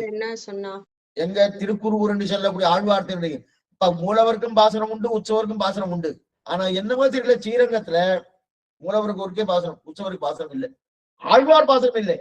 அதுக்கு மேல ஆச்சாருடைய மங்களாசாசனம் நிறையவே இருக்கு, ஒண்ணும் கஷ்டமே இல்லை. எதுக்கு சொல்ல வந்தேன்னா அங்க அந்த மாதிரி இது நிறைய பராசரவற்ற வந்ததுக்கு அப்புறம் பெரிய வைபவம் வந்து நம்பெருமாளுக்கு ஸ்ரீரங்கத்துக்கும் தெரியும். இதுக்கு சொல்ல வந்தேங்க, இது சரணாகதி பண்ணினதே திவேகனபடியான்ட்டுதான் அப்படின்னு தெரிவிக்கிறாங்க. இப்ப பாசுரத்துக்கு விடுவோம். இந்த பாசுரத்துல கரவைகள் பின் சென்று காலம் சேர்ந்தும் இருக்கு இல்லையா, இதை 6ஆ பிரிச்சுக்கணும். ஏன்னா துவயத்தை 6ஆ பிரிக்கணும், துவயத்தை 6ஆ பிரிக்கணும். அதே போல இந்த துவயானுசந்தானம் தான் இது ஆறா பிரிச்சுக்கணும். ஆறா பிரிக்கணும். இதுக்கு முன்னாடியே இது 28ஆம் பாசுரம். 26ஆம் பாசுரத்தையும் ஆறா பிரிக்கலாம். 27 பாசுரம் நேத்திக்கு கூடாரவில்லைன்னு சரி, அதையும் ஆறா பிரிக்கலாம். என்ன சுவாமி எப்படி சுவாமி பிரிக்கணும்னா 26ஆம் பாசுரம் என்ன? மாலே மணிவண்ணா பாசுரம். அந்த மாலே மணிவண்ணா பாசுரத்துல மாலே மணிவண்ணா மார்கை நீர் ஆடுவான் மேலையார் செய்வனகள் வேண்டுவன கேட்டியல் ஞானத்தை எல்லாம் நடுங்க முரல்வன பாலன் எடுத்துக்கோ பாலன்ன வண்ணத்தும் பாஞ்ச சன்யமே போல்வன சங்கங்கள் பொய்ப்பாடுடையனவே சால பெரும்பறையே பல்லாண்டு சேர்ப்பாரே கோல விளக்கே கொடியே விதானமே. இது ஆறு. ஆறா 26ஆம் பாசத்தை பிரிக்கணும். நடிகன் திருப்பாவல் அப்படிதான் பிரிச்சிருக்கா, அப்படிதான் பிரிக்கணும். தேட்டி பாசனம் கூடாரவில்லை பாசனம் இருக்கு இல்லையா, அங்க அதை ஆறா பிரிக்கலாம். என்ன படிக்கணும்? சூடகமே தோல்வலையே தோடே செவிப்பூவே பாடகமே எந்தனைய பல்கலனும் யாமடிவோம். அது ஆறா பிரிக்கலாம். அப்ப 26ஆவது பாசுரம், 27ஆவது பாசுரம், 28ஆவது பாசுரம், 29 கூட அதே மாதிரிதான். அது நாளைக்கு பார்த்துக்கணும். நாளைக்கு இன்னைக்குதான் சொல்லியிருக்கா, நாளைக்கு அதை சொல்ல போறது இல்லை, இருந்தாலும் சொல்றேன். அப்ப மூணுமே பாசுரத்தை ஆறா பிரிக்கலாம். அது ஆறா பிரிச்சா என்ன சுவாமின்னா, இன்னைக்கு ஆறா பிரிச்சா என்ன வருதுன்னு பாத்துக்கணும். நேற்றுக்கு வேண்டாம், முந்தானத்துக்கு வேண்டாம். ஆனா ஆறா பிரிக்கக்கூடிய தன்மை உண்டு. அப்படி இருக்கு இல்லையா? இன்னைக்கு ஆறா என்ன சுவாமி வருது? நன்னம் நீங்க எழுதுகிறதா எழுதிக்கணும். கறவைகள் பின் சென்று காணம் சேர்ந்தும்போம். இது ஒண்ணு. இரண்டாவது, அறிவொன்றும் இல்லாத ஆய்குலம் ஆய்குலத்து 2. மூன்றாவது, உந்தன்னை பெரிய பெருந்தனை புண்ணியம் யாமுடையவும் குறைகொன்றும் இல்லாத கோவிந்தா. இது 3. அடுத்து 4வது, உந்தன்னோடு உறவேல் நமக்கும் ஒழிக்க முடியாது. இது 4வது. அடுத்து 5வது, அறியாத பிள்ளைகளும் அன்பினால் உந்தன்னை சிறுவேர் அழைத்தனும் செய்யப்படாதே. இது 5வது. அடுத்து 6வது, இறைவா நீ தாராய் பறை. இது 6வது. மறுபடியும் சொல்றேன், ரொம்ப பாஸ்டா சொல்லிட்டே சுவாமி, எங்களால எழுதிக்க முடியல, தெரியுது. அது தெரியறதுன்னா முகத்தை பார்க்கல, அது தெரியாது. மறுபடியும் சொல்றேன், கறவைகள் பின் சென்று காணம் சேர்ந்துன்போம். நீங்க புஸ்தகம் கையில அப்படியே அது வரைக்கும் ஒரு கோடு போட்டுக்கலாம். ஒண்ணுன்னு கோடு போட்டுக்கலாம். கறவைகள் பின் சென்று காணம் சேர்ந்துன்போம். இது 1. அறிவொன்றும் இல்லாத ஆய்குலத்து. இது 2. உந்தன்னை பிறவி பெருந்தனை புண்ணியம் யாமுடையோம் குறை ஒன்றும் இல்லாத கோவிந்தா. அது வரைக்கும் 3. குறவேல் நமக்கும் ஒழிக்க முடியாது. இது 4. அறியாத பிள்ளைகளும் அன்பினால் உந்தன்னை சிறுவேர் அனைத்திலும் செய்தி அருளாதே. இது 5. இறைவா நீ தாராய் பறை. இது 6. இந்த 6க்குண்டான அர்த்தம் பார்த்துட்டாலே அநேகமா காலட்சம் முடிஞ்சது. 6க்குண்டான அர்த்தம் என்ன அப்படின்னு பார்ப்போம். பார்த்தோம்னா நமக்கு அது நல்லா புரியப்படும். ஒரே நிமிஷம். இந்த 6க்குன்னா அர்த்தம் பார்த்துக்கணும். அதாவது என்னென்ன அர்த்தம் பார்த்துக்கணும் பார்த்துக்கணும். இது பார்த்துக்கணும். கறவைகள் பின் சென்று காணம் சேர்ந்து உண்போம். இப்ப கண்ணனுக்கும் ஆண்டாளுக்கும் வாக்குவாதம் நடக்கிறது. கொஞ்சம் கதாபாகம் சொல்லிடுறேன், அதுக்கப்புறம் இங்க இருந்தா நல்லா புரிஞ்சும். கதாபாகம் என்னன்னா, இப்ப கண்ணனுக்கு இவளுக்கு ஏதாவது பண்ணணும், இவ்வளவுதான் நோம்பு நோத்திருக்காரணும். மார்கழி மாசத்துல எழுந்து காத்தால 2 மணிக்கு எழுந்து அத்தனை 10 பெண்களை எழுப்பி கொண்டு வந்து நோன்பு நோக்கா வந்திருக்காரணும். இவளுக்கு கொடுக்கணும்னா என்ன பண்ணுவோம்? ஏதா இருந்தா கொடுக்கலாமோ? வடியில போறோம், கரிகா வாங்க போறோம், 10 ரூபாய் கொடுத்தா வாடகை கொடுக்குறான். அதே போல உங்ககிட்ட என்ன இருக்கு? ஏதோ இருக்கு இல்லையா? அது இருக்கிறத கொடு, நான் உனக்கு மோட்சத்தை கொடுத்துறேன், இல்ல உனக்கு என்ன வேணுமோ அது கொடுக்குறேன் அப்படின்னு கண்ணன் எதிர்பார்க்கிறார். இப்ப ஆண்டாள் என்ன சொல்றா? என்கிட்ட ஒண்ணுமே இல்லைன்னா, என்கிட்ட கொடுக்கறதுக்கு ஒண்ணுமே இல்லை. கொடுக்கறதுக்கு ஒண்ணுமே இல்லைன்னா நான் எப்படி கொடுக்கறது? நீ எனக்கு கொடுக்கணும். என்னவா இது நியாயமே இல்லையா? இதான் நியாயம். நம்ம கடையில வாங்குற மாதிரி இல்ல இது. தகப்பனார் பிள்ளை இருக்கார், தகப்பனார் பிள்ளை இருக்கார். ஏய், நீ எனக்கு ஏதாவது பண்ணினாதான் நான் உனக்கு ஸ்கூல் ஃபீஸ் எல்லாம் கட்டுவேன்னு தகப்பனார் சொல்லுவாங்க. சொன்னார் தகப்பனாரா இல்ல. அந்த குழந்தையை ரட்சிக்க வேண்டிய தகப்பனாருடைய பொறுப்பு. ஏன்? சம்பந்தம். குடல் துவக்கு சம்பந்தம் இருக்கு இல்லையா, குடல் துவக்கு சம்பந்தம் இருக்கிறபடியாலே அந்த குழந்தையை ரட்சிக்க வேண்டியது தகப்பனுடைய பரிபூர்ணமான பொறுப்பு தானே. அந்த பொறுப்பு இருக்கிறபடியால அவர் ரட்சிக்கிறார் இல்லையா. அதே போல இப்ப இங்க என்ன ஆகுது, இங்க என்ன இருக்கு, இங்க ஆண்டாட்ட ஏதாவது இருக்கா, ஏதாவது இருந்தா நான் உன்னை ரட்சிக்கிறேன், ஏதாவது இருந்தா பண்ணலாம் அப்படின்னா இவன் ஒண்ணுமே இல்லைன்றா. எங்கிட்ட ஒண்ணுமே இல்லை, ஏன்னா நீ எனக்கு தகப்பனா, ரட்சிக்க வேண்டிய பொறுப்பு உங்ககிட்ட இருக்கு. அப்ப உனக்கு எனக்கு சம்பந்தம் இருக்கு, அந்த சம்பந்தம் இருக்கிறபடியாலும் என்ன ரட்சிக்கலாம் அப்படின்றது இல்லையே. நான் ஏதாவது எதிர்பார்த்து இருந்தா தானே நீ கொடுக்கணும், இல்லையே. இப்ப ஒவ்வொன்னா கேட்டுட்டே வரா, ஒவ்வொன்னா இது உண்டா இது உண்டா இது உண்டா இது உண்டான்னு கேட்டுடா. என்கிட்ட இது இல்ல இது இல்ல இது இல்லைன்னு ஆண்டாள் சொல்லிட்டே வரா. எப்ப உங்ககிட்ட இல்லையோ நானும் கொடுக்கறதுக்கு இல்லைன்னு கண்ணன் பண்ணிட்டான். எப்ப உங்ககிட்ட ஒண்ணுமே இல்லையோ நானும் கொடுக்கறதுக்கு ஒண்ணுமே இல்லை அப்படின்ட்டா. இல்ல இல்ல நீ அந்த மாதிரி சொல்ல முடியாது, நீ கொடுத்தே ஆகணும், நீ கொடுத்தே ஆகணும். அதுதான் இங்க பாட்டு. அது கொண்டு சரணாகதி சேர்த்துதான். ஏன்னா நம்ம சரணாகதி பண்ற போதும் என்ன பண்ணினா சரணாகதி பண்ணினா பகவான் கொடுக்கிறார், கொஞ்சம் நிதானமா கேளுங்க. சரணாகதி பண்ணினபடியால பகவான் கொடுக்கிறாரா, இல்ல பண்ணலைனாலும் கொடுப்பாரா? பண்ணலைன்னா கொடுக்க மாட்டார், பண்ணாதான் கொடுக்கிறார். அப்ப நாம் பண்ணின ஒரு சரணாகதியால பகவான் கொடுக்கிறார் வச்சுக்கலாமா? முடியாது. நல்லா கேட்டு முடிஞ்சதுக்கு அப்புறம் உங்களுக்கு கேள்வி பதிலுக்காக டைமே கொடுக்குறேன், தைரியமா கேட்கலாம், ஒண்ணுங்க.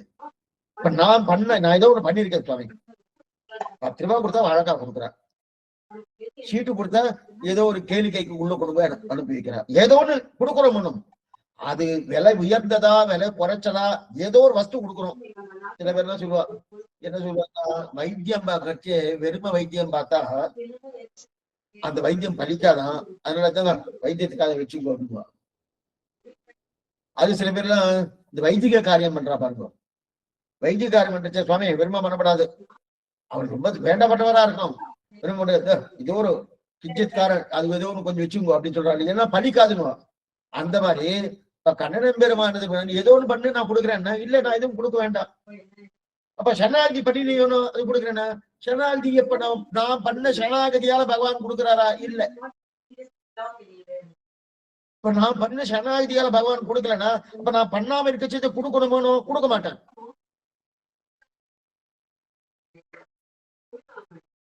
முரண்படிக்கிறீங்க சுவாமி, நீங்க இந்த மாதிரிதான் ஒரு தடவை நீங்க பேசுறீங்க. ஒண்ணு என்னுடைய சரணாகதியால கொடுக்குறான்னு சொல்லுங்க, இல்ல நான் சரணாகதியால கொடுக்கலன்னா, நான் சரணாகதி பண்ணலைன்னா அவர் கொடுக்கணுமோ? அது கொடுக்க மாட்டேன்.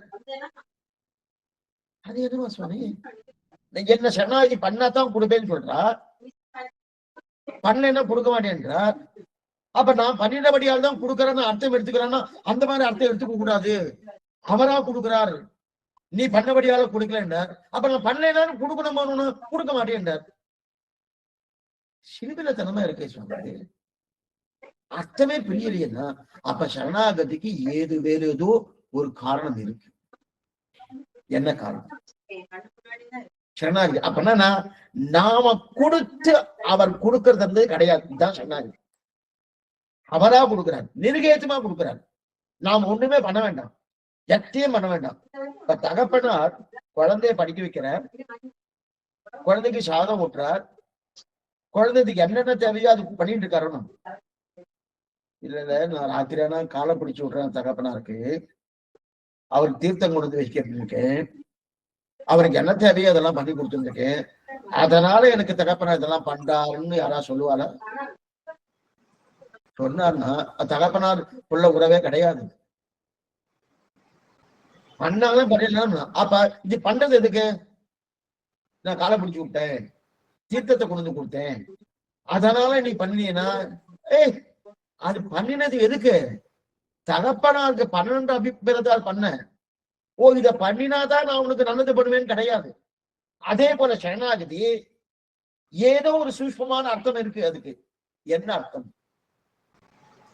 பகவான் எனக்கு மோட்சத்தை கொடுக்க வரைச்சு அதற்குண்டான தகுதி எங்களுக்கு வேணுமோனும், அதை பெற்றுக்கொள்வதற்குண்டான தகுதி வேணுமோனும், அந்த தகுதி தான் சரணாகதி.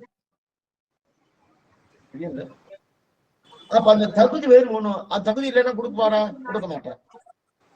ஆனா தகுதியால கொடுக்கிறாரா? இல்லை. சரியான ஒரு எக்ஸாம்பிள் சொல்றேன். ஒரு பள்ளிக்கூடத்துல யூனிஃபார்ம் போட்டுட்டு போகணும். இன்னைக்கு நிறைய பள்ளிக்கூடம் வந்துட்டு அவாவாருக்கு ஒவ்வொரு யூனிஃபார்ம் இருக்கு. அந்த யூனிஃபார்மை போட்டு போட்டா அவ பரீட்சையில உட்கார வைப்பான். அன்னைக்கு என்னமோ யூனிஃபார்ம் படாம போயாச்சு, உள்ளுக்குள்ள அனுப்ப மாட்டேன்ட்டா. உடனே தகப்பனார் ஓடி வந்தார். என்ன நீ என் பிள்ளைய அனுப்ப மாட்டேன்ட்டியமே அப்படின்னு கேட்டார். அவன் யூனிஃபார்ம் போடணும், எங்க ரூல் இது, அது இருந்தா தான் நம்ம உள்ள விடுவோம் அப்படின்னா. உடனே தகப்பனார் யூனிஃபார்ம் தான் பரீட்சை எழுத போறதா? என் பிள்ளை தானே எழுத போறோம், என் பிள்ளை தானே எழுத போறோம், அதை விடுங்க, ஏன் யூனிஃபார்ம் பாக்குறேன்னா இது எங்க சட்டம். அப்பனா யூனிஃபார்ம் என்ன பண்றதுன்னா பரீட்சையில பாஸ் பண்றதுக்காக யூனிஃபார்ம் இல்ல. ஆனா நீ உள்ள நுழையணும்னா அதுக்கு தகுதியை கொடுக்கறதுனும், அந்த பரீட்சை தகுதியை கொடுக்கறதுனும். அதே போல இந்த சரணாகதி பகவான் கொடுக்கச்சு அதை பெற்றுக் கொள்வதற்கு நான் தகுதியை கொடுக்கிறேன். அப்ப என்கிட்ட எதுவுமே கைமுதல் ஒண்ணும் இல்லை. நான் மோட்சத்தை பெறுவதற்கு என்னிடத்தில் ஏதாவது கைமுதல் இருக்கா? இல்லை. அதத்தான் இந்த பாட்டை தெரிவிக்கிறேன். கறவைகள் பின் சென்று காணம் சேர்ந்தென்போம், அறிவொன்றும் இல்லாத ஆய்குலம் உந்தன்னை பெருமை பெருந்தம் யாமுடையோம், குறைவொன்றும் இல்லாத கோவிந்தா உந்தன்னோடு உறவேல் நமக்கும் ஒழிக்க ஒழியாது, அறியாத பிள்ளைகளோ அன்பினால் உந்தன்னை சிறுபேர் அடைத்தனும் சீறி அருளாதே, இரவா நீ தாராய் பறை அப்படின்னு தெரிகிறார். இப்ப முதல்ல என்னன்னா கர்மயோகமோ ஞான யோகமும் பக்தி யோகமும் இருக்கா? முதல் சந்தேகம் என்னன்னா நம் முயற்சியால பண்றது. கர்மயோகம்னா என்னது? அநேகமா நம்ம நிச்சயப்படி ஒவ்வொரு காரியம் பண்ணிட்டு இருக்கணும், சாஸ்திரம் சொன்னபடி பண்றதுதான் கர்மயோகம். அந்த மாதிரி கர்மயோகம். ஏன்னா இதை பண்றபடியால பகவானுக்கு ஆனந்தம். நான் சாஸ்திரம் சொன்னபடி பண்ணிருக்கேன், இவனுக்கு மோட்சத்தை கொடுத்துருவான். அப்ப பகவான் கொடுப்பதற்கு காரணம் நான் பண்ண கர்மயோகம். அதுக்கு சாத்தியோபாயம் அது இருக்கா? இல்ல. ஞான யோகம் இருக்கா? இல்ல. பக்தி யோகம் இருக்கா? இல்ல. அப்ப கைமுதல் இல்ல, கைமுதல் இல்லை அப்படின்னா கறவைகள் பின் சென்று காணம் சேர்ந்துள்ளோம். காடு வாழ் ஜாதிகளா இருக்கும். காணம் காரணம் காடு, அந்த காடு வாஜன. அதனால ஒண்ணும் இல்லை. ஏன்னா சரணாகதி பண்ணும் போது ஆகிஞ்சத்தை விடாமல் நம்ம விண்ணப்பிக்கணும். அகிஞ்சனன், கிஞ்சனன்னா இது சிறிதளவு, அகிஞ்சனன் சிறிதளவு கிடையாது. கையில ஏதாவது இருக்கு, ஏதோ ஒண்ணு கொடுத்துட்டு வாங்கிக்கணும்னா என்கிட்ட ஒண்ணுமே இல்லை, எதுவுமே இல்லையே, எதா இருந்தாலும் கொடுக்குது. எதுவும் நம்ம பூர்வாச்சாரர் வார்த்தாமாலையில ஒண்ணு எடுத்திருக்காரு. பகவான் பார்த்து இதை நீ பண்ணினீங்கன்னா உங்களுக்கு மோட்சம் கொடுக்குறேன்னா பூர்வாச்சாரம் சொல்லுவான், பண்ணாதேன்றான். பெருமாள் பார்த்து இதை நீ பண்ணு, நான் உனக்கு மோட்சம் கொடுக்குறேன் அப்படின்னு சொல்லிதான் பண்ணமாட்டேன்னு சொல்லணுமா? அப்பனா என்ன அர்த்தம்னா அதை பண்றபடியால கொடுக்குறான்னு அர்த்தம் பண்ணுவோம். நம் சொரூபத்துக்கு விரோதம். நம் சொரூபம் எது? அவன் நிர்கேதுமா கொடுக்கறது. நான் பண்ணப்படாது ஸ்வரட்சனே, என்னை நான் ரட்சித்துக் கொள்வது எனக்கு அன்பம் இல்லை. அப்ப அது பண்றான் அவன். அப்ப பகவானே சொல்றாரு சுவாமின்னா அவர் அப்படிதான் பேசுவார். அவர் அப்படிதான் பேசுவாரு. ஏன் பேசுவாரு? பரீட்சை அது. என்ன பரீட்சை? அவனா மாட்டேன்னு சொல்றானா, பண்றேன்னு சொல்றானா, வேண்டாம் சொல்றானா பாத்துக்கிறான். இப்ப அதே போலதாங்க கறவைகள் பின் சென்று காணம் சேர்ந்துன்னா கர்மயோகமோ ஞான யோகம் பக்தி யோகம் கிடையாது. அகதி, அகிஞ்சனன் அகதி. அடியனுக்கு போக்கிடம் கிடையாது, கைமுதல் இல்லை. கைமுதல் இல்லைன்னா அதுதான் கறவைகள் பின் காணம் சேர்ந்துன்றான். சரி வேண்டாம். உடனே கண்ணன் கேட்கிறார், சரி கர்மயோகமோ ஞான யோகம் பக்தி யோகம் இல்லையனும் ரைட்டு. சரி இந்த பிறவில இல்லா இருக்கலாம், வேற எப்ப அவர் பின்னாடி வரலாமோ, எப்பயாவது வரலாமோ, அதை வச்சுன்னு நான் கொடுக்கட்டுமா அப்படின்னா, நல்லா பாத்துக்க, என் பாட்டை பாரு கண்ணா, நீ என்ன பாட்டை பார்க்க மாட்டியா, பாசுரத்தை ஒழுங்கா பாரு. என்ன சொல்லியிருக்க பாரு, கறவைகள் பிஞ்சன்னு காணம் சேர்ந்துன்னு சொல்லியிருக்கணும். ஆமா, அதுக்கப்புறம் என்ன சொன்னேன்? அறிவு ஒன்றும் இல்லாத ஆய்க்கணும்னு சொன்னேன். அப்ப அறிவே இல்லையே. அறிவே இருக்கச்சு என்கிட்ட என்ன இருக்கும் உன்னை பெறுவதற்கு? அதுவும் ஆய்குலம் வேற, ஆய்குலம் வேற, யாதவ குலம். அந்த ஆய்குலு அறிவு இல்லை, அறிவு ஒன்றில்லை, அறிவு ஒன்றும் இல்லை, அறிவு ஒன்றும் இல்லை. சரி இன்னைக்கு இல்ல நாளைக்குதான் வருமானா? வரவே வராது. அப்படிப்பட்ட குலத்துல பிறந்திருக்கும். பெற்றம்மை துண்ணும் குலத்தில் பிறந்து, அப்படிப்பட்ட குலத்துல பிறந்துகிறபடியாலே எனக்கு அது வரப்போறதே கிடையாது.